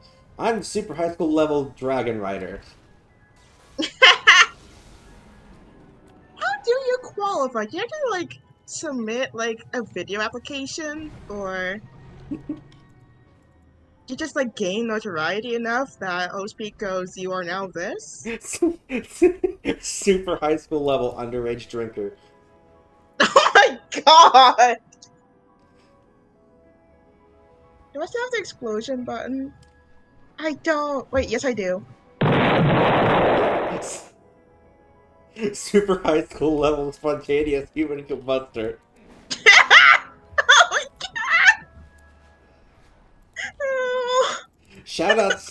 Shoutouts to that one X-Man recruit. Where his The one who mutant... can explode once. Yeah, his mutant superpowers that he can explode. However, he has no ability to put himself back together again. Or, like, survive the explosion. He just explodes. Fatally. Great. And I believe by the end of the story he was in, he uses this power and does a sacrifice to save everyone. What a peculiar memory for Azeroth to show us. So he's the super high school level exploder.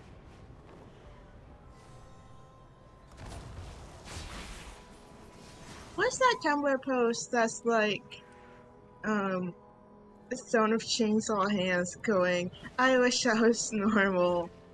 And then, like, Six Dick Johnny being like, I don't need a cure. Whatever the hell. Oh god. Yeah, there's just like that whole thing in yeah, that whole thing with the X-Men being like the girl who can control the weather being like you don't need a cure versus the one that can kill people with a touch. Just like I kind of would like to. Yeah.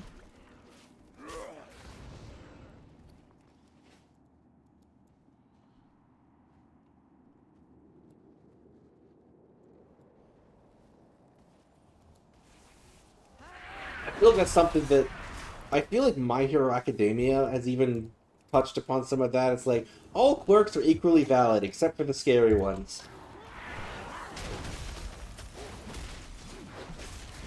Those ones we stigmatize. Yeah. So what do you think is worse in the My Hero Academia universe? Being quirkless or having a villain's quirk? TM. Being in My Hero Academia. Correct.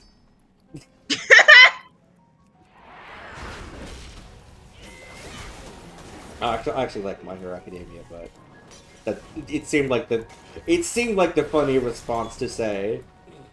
Yeah. It's like sometimes you just gotta commit to the bit.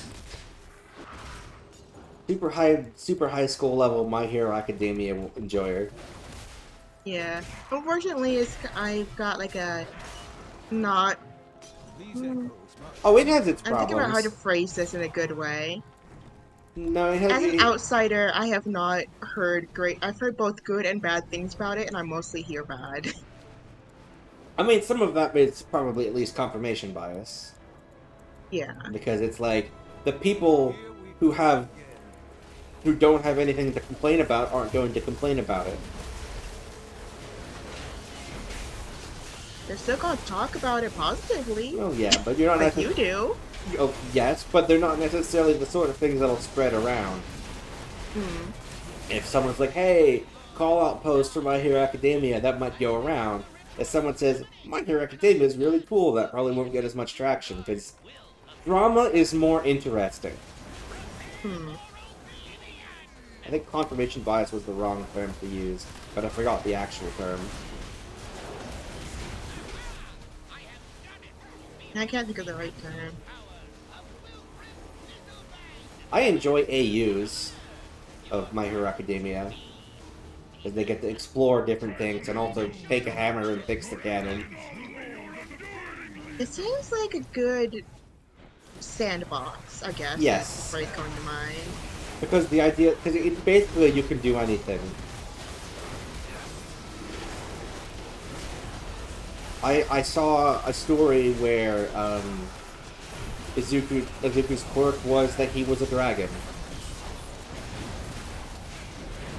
At the same time, though, I feel like if the strength of the story is in being a sandbox, then maybe that's not quite what people are looking for.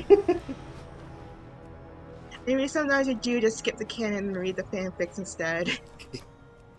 Yeah, I mean, I have my own AU as well, but you know. Yeah. We overcame this once, and we will once more. Let's see, there's, I think I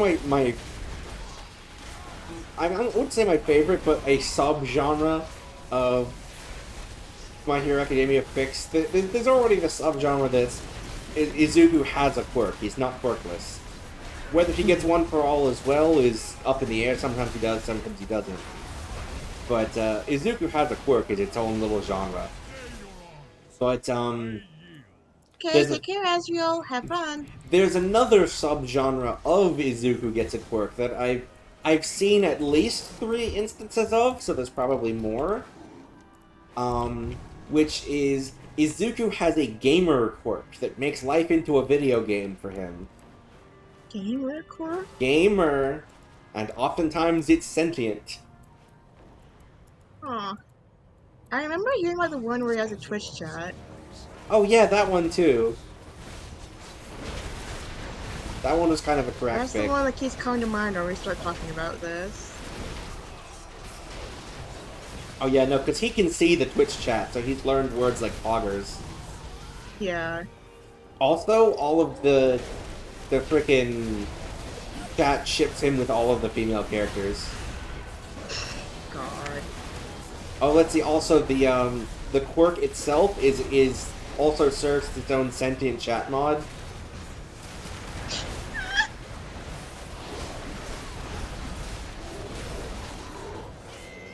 And like, it will tell people off. Oh my god.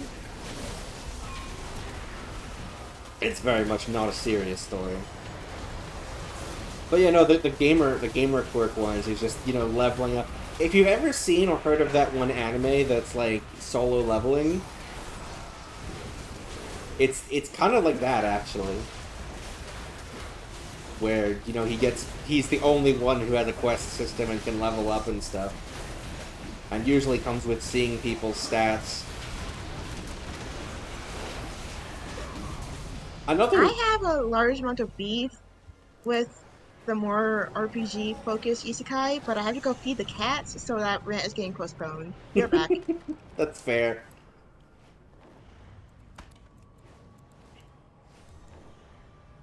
We overcame this once, and we will once more.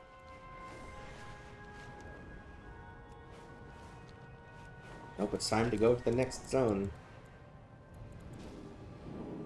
The pepper. I hope you'll find something useful.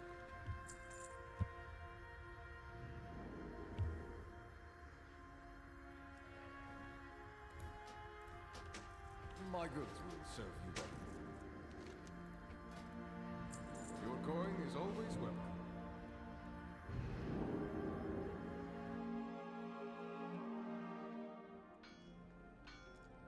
Memory of a Duke. I am Hydraxis, Duke of the Water Lords. You are not an elemental, and so cannot understand our struggle, but perhaps we can strike a deal that will benefit us both.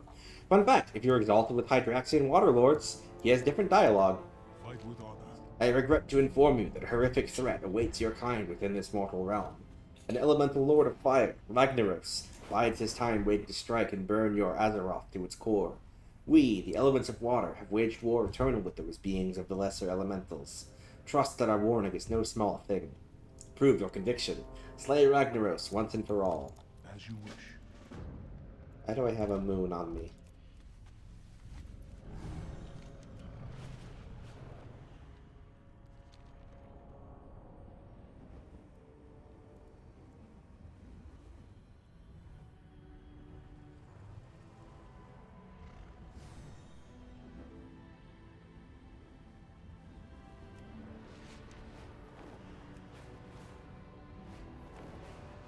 We overcame this once, and we will. Bitches, he enjoys long walks along the roads of Duskwood. I like the attention to detail here. This shack is Abercrombie the Embalmer's shack, and this was the little cage that was sitting next to it. I sent a screenshot of that to my dad, and he was like, ah! Because he played a lot of vanilla hardcore.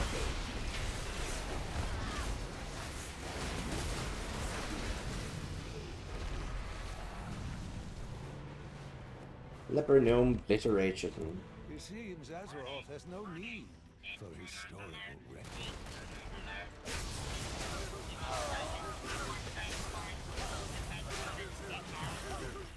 I love that there's a kick gnome button.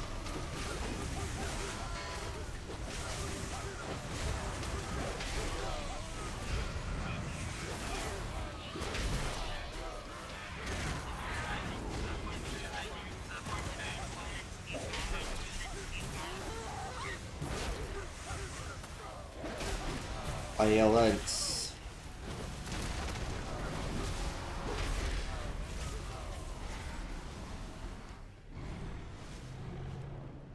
Ooh, so up here we have the Outdoor versus Terran Mill. We overcame this once, and we will once more.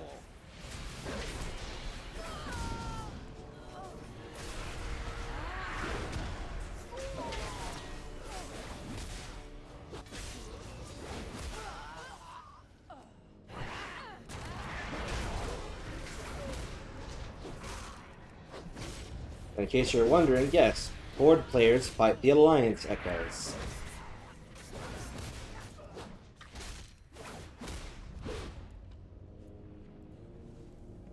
Guess that one was cleared. Poisoned pumpkins. Here we go again. Quite literally. I think this is based on a Tirisfal Glades quest.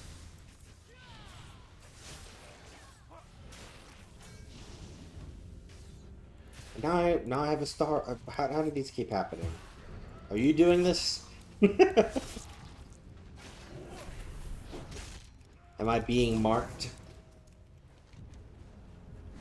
Here we go.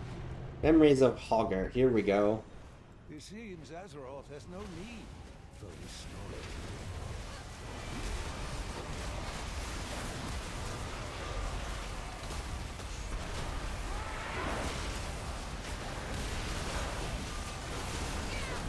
Orange Con. Complete quests to level up. Oh, we gotta get Glynnin from the Defias.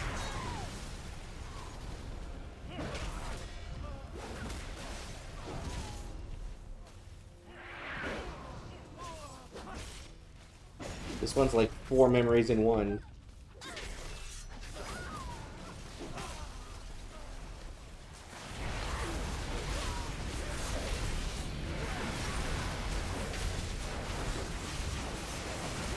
Maybelle McClure. Her letters from Tommy Joe Stonefield.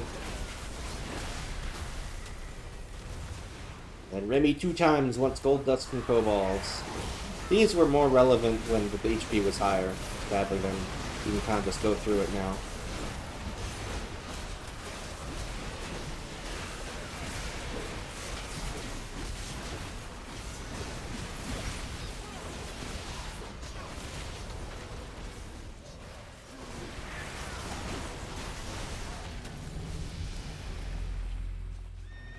Yee. let's see. The impossibly rare boar liver of pristine perfection. How hard could it be to find one boar liver?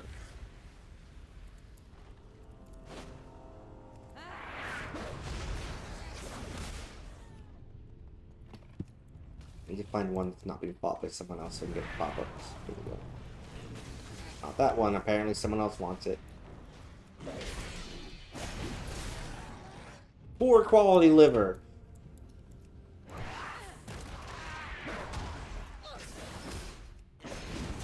Oh my god, I got it. I got the possibly rare boar liver, pristine perfection. I never got it before. Why does it have a bone in it? Why is it a tomahawk steak?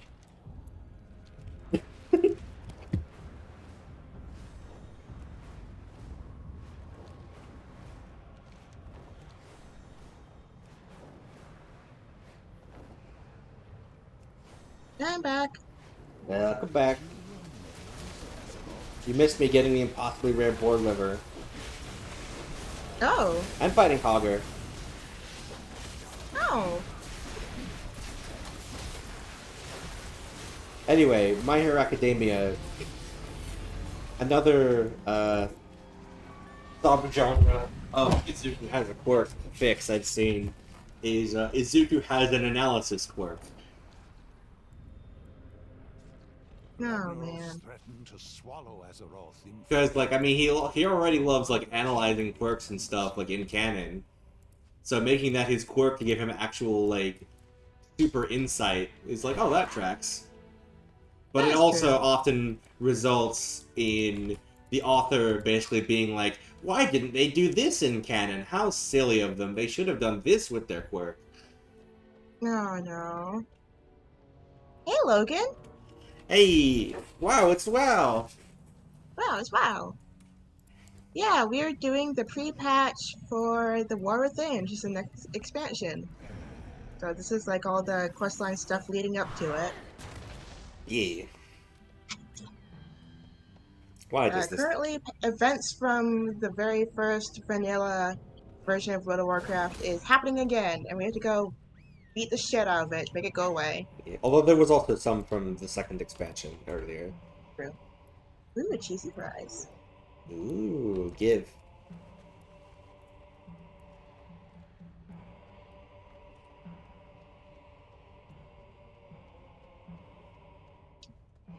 I'm having a patty melt for dinner tonight. Ooh. I think we're having buffalo chicken. Yo!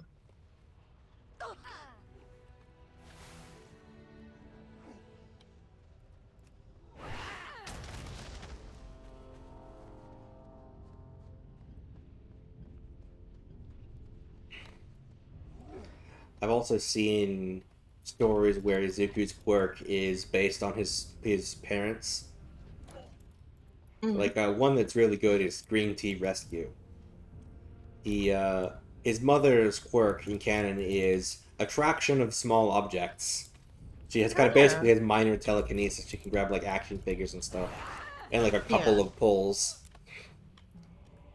But, the idea then is that basically Izuku gets psychokinesis, and it starts off super weak, but it turns out a lot of that was actually because of a mental block from him being bullied so much.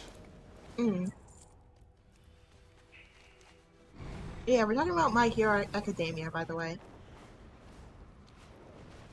Not just as the conversation topic of the right now. Yeah. Also, I think later on he gets his dad's fire breath by accident. That unlocks quirk evolution and all that. Let's see, other stuff. I mentioned the one where he's a dragon.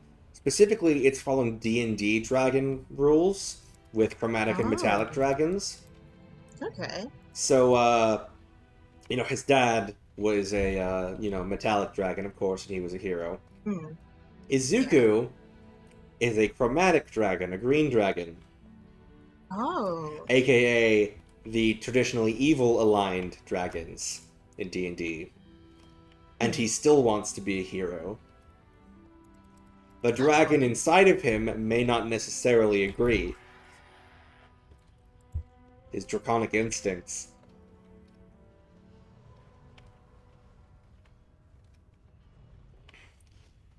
let's see, what else? I just remembered one of the Gamer Izuku fics. For some reason, a quest turned Bakugo into a girl. No, of course. Because obviously. Let's see. Oh, hi, Ragnaros. I saw one that was actually really cool called Switchblade. Where, basically, he's still quirkless, but he, disappears for a week, shows back up again with no knowledge of time having passed, and suddenly he has, like, basically ninja skills. Huh. And it's like, no one can explain it, not even him, and there's, like, the whole unraveling the mystery of that, and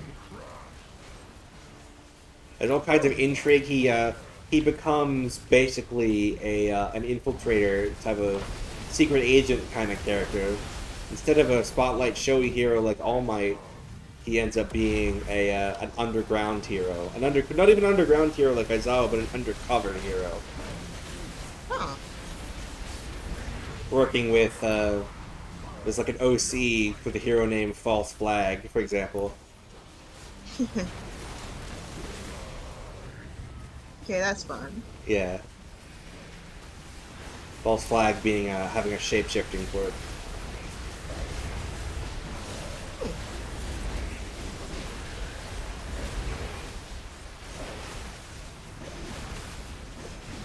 But yeah, it turns out that, like, for a week, Kizuku had actually been possessed. Oh. And basically, he was possessed by someone with all of those, like, martial skills and infiltration skills. And then, like, he retained the muscle memory of it after they left his body.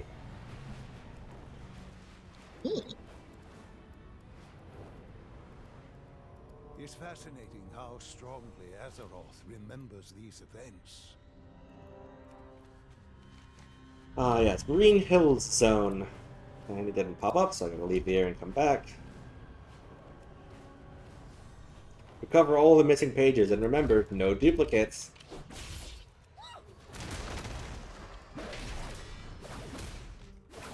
Strangled Thorn. Auctioned pages.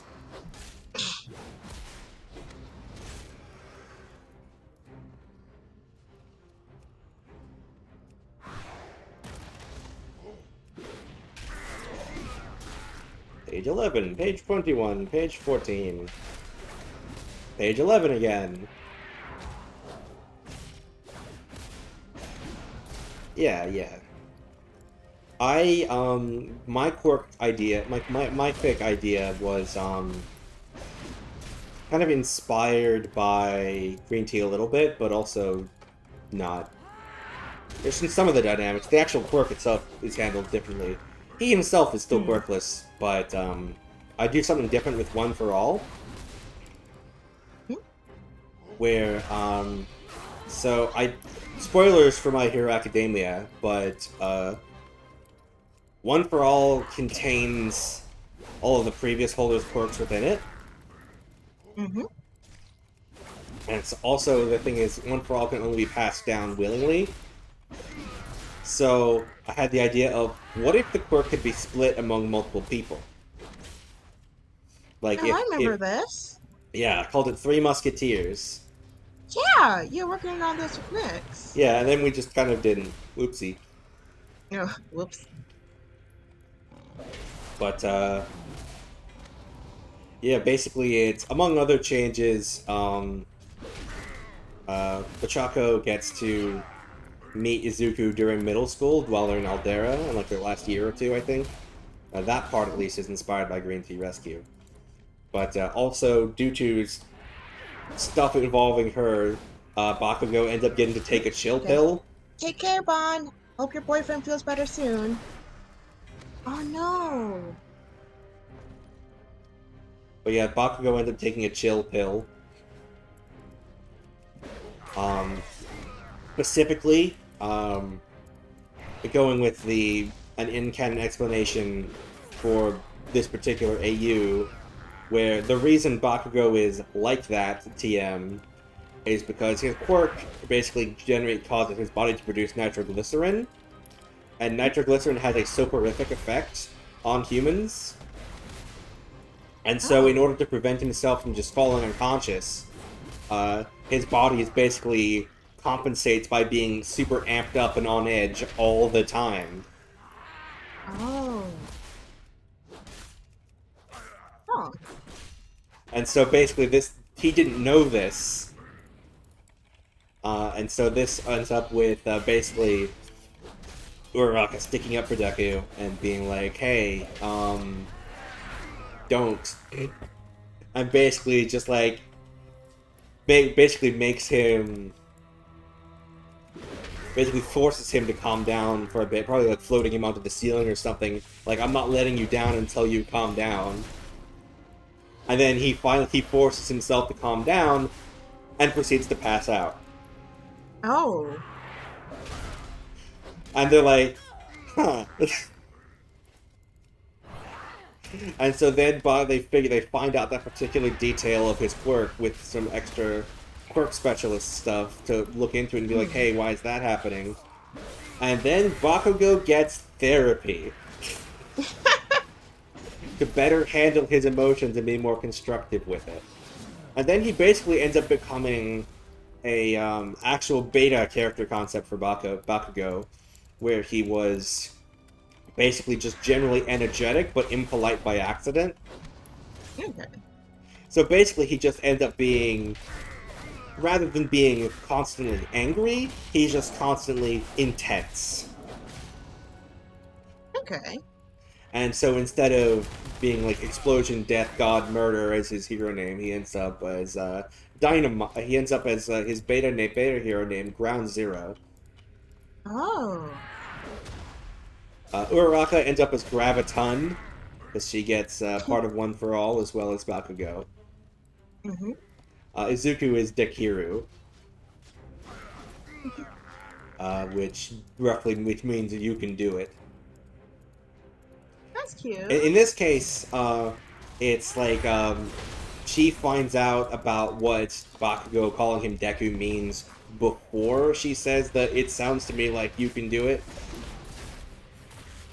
So she still doesn't call him that, but he does end up taking Dekiru as his hero name instead of Deku.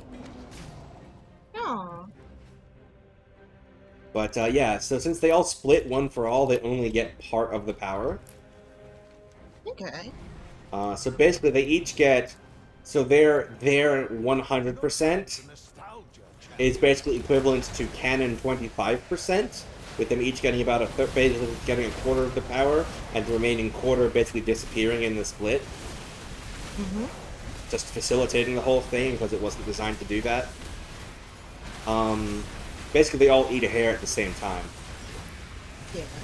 And although they make Bakugo and Uraraka make sure that just in case it doesn't work, they make sure that Izuku eats his hair first. They insist on it. But yeah, they all get the general, power buff part of One for All, but they also get different. They get different quirks within One for All. They get them sooner than Izuku does in canon, but they only get 2 of them each. Okay. So Izuku gets Float, which is, it's Nanashimura's quirk, which is All Might's predecessor and mentor. So I feel like that going to Izuku kind of as the next All Might makes sense, symbolically. And it gives him... He's the only one who didn't really have a way to fly between the 3 of them anyway, so it makes sense he'd get it. Mm-hmm. And he also gets... it's written as Fa-Jin, but the anime, at least sub, pronounces it as Hake. It's just because there's difference between it being written in Chinese versus Japanese and stuff. So I'll just call it Fa-Jin for... So he gets Fa-Jin, which is basically you can move your body and store up kinetic energy and release it as strength. And so that works well with the now weakened One for All physical enhancement. I mean, even in canon, he uses that at one point with a lower percentage use of One for All to do what he called pseudo 100% power. So I think him having Okay. that would be good to help, because he's still otherwise quirkless. So him having a bit of extra power is probably useful for him. Yeah. And he's got to break his bones somehow.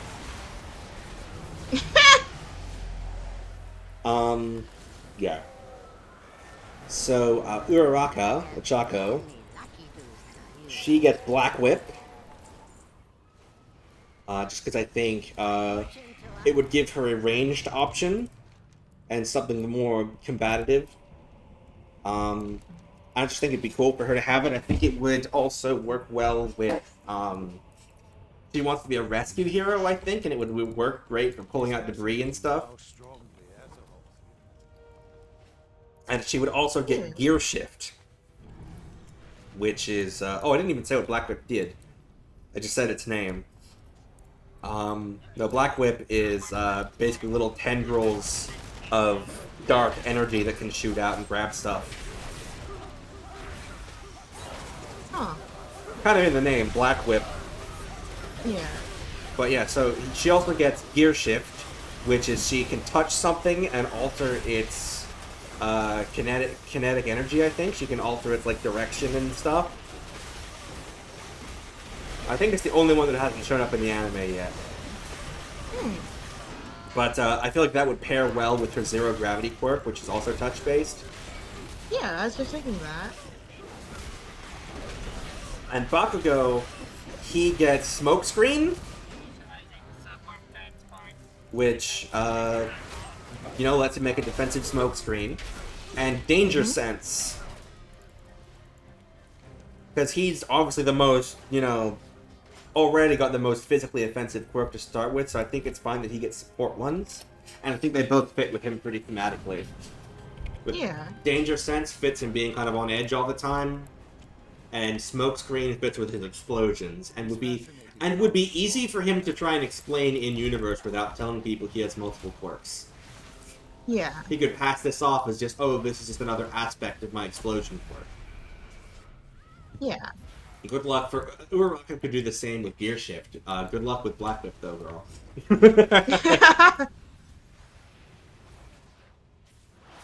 And also, they all have the super strength of One For All, so good luck explaining that, too. Yeah. Not as much as Canon One For All, but it's still super strength.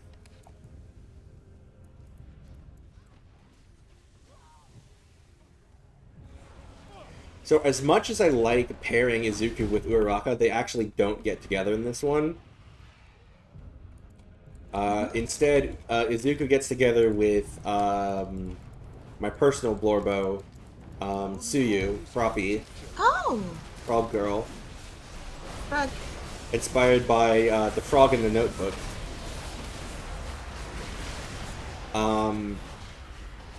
Uraraka gets together with Kokoyami, the guy with the bird head and Dark Shadow. Oh. Just because I think there'd be a fun dynamic of the peppy, upbeat pink girl and the brooding, dark, gloomy emo edgelord.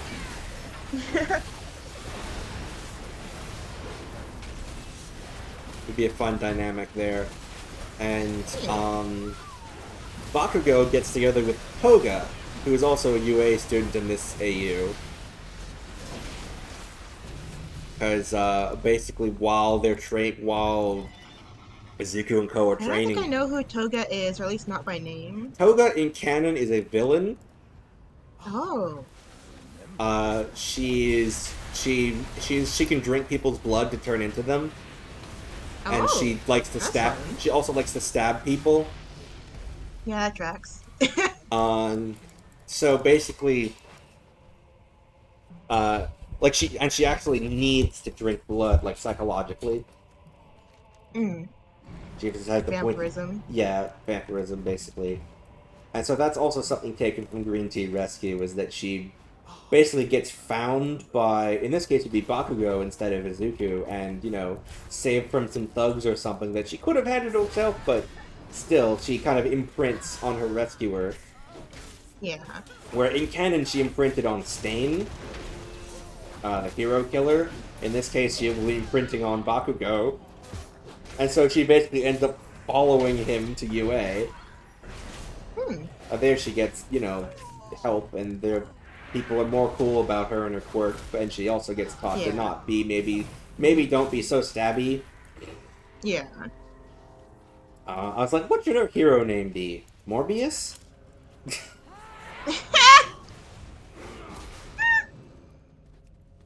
But, yeah, no, she and Bakugo end up being a pair because they can basically just butt heads all the time. Stand back, I'm about to morb. Yeah.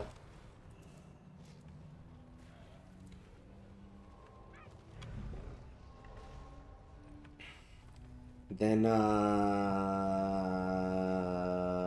yeah. Yeah. Fire Lord Ragnarok's return. Brace for battle. We should probably call this soon, actually. We've done all 3 events now. Yeah, and dinner is probably like in progress for me. Time zones. Zyme tones. Yeah.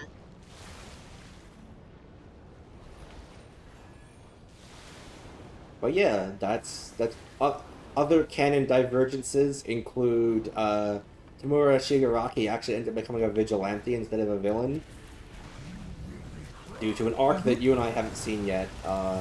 Instead, the main villain ends up becoming Overhaul, who is also a villain you haven't seen yet.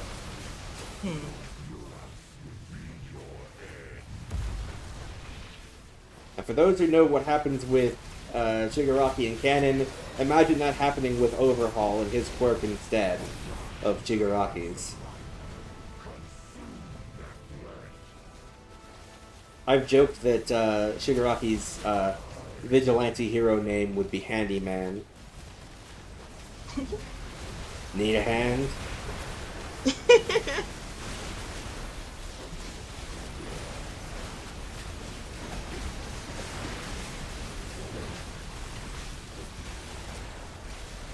But yeah, there's these characters a bit later on that are kind of like, not vigilantes, but they're criminals with a YouTube channel called Gentle Criminal and La Brava.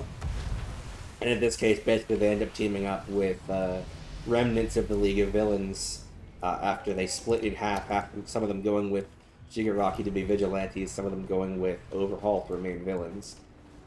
It seems Azeroth has But with the influence of Gentle and La Brava, they end up going from the League of Villains to the League of Vigilantes, and then they stick an extraordinaire on the end, because those two are kind of extra, so that their acronym becomes LOVE.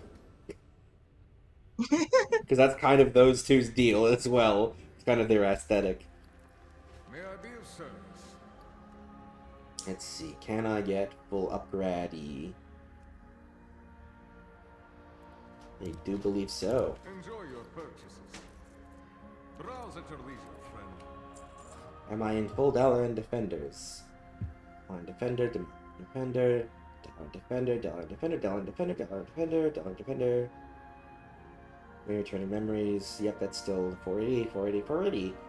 Alright, we are fully geared out and ready for War Within. Yo! Heck yeah. Let's go. Perfect timing. Yeah. Oh, that does look cool. Yeah, it's a recolor of the Argus quest gear, I believe. Ooh. Yeah, I was thinking that because of the shoulders. Yeah, but it's purple. Purple. Purple. But yeah, That's with cool. that, we'll call the stream here. Thanks for coming, you guys. And listening to us ramble about My Hero Academia and Danganronpa. Yep. See you next week. Go in peace.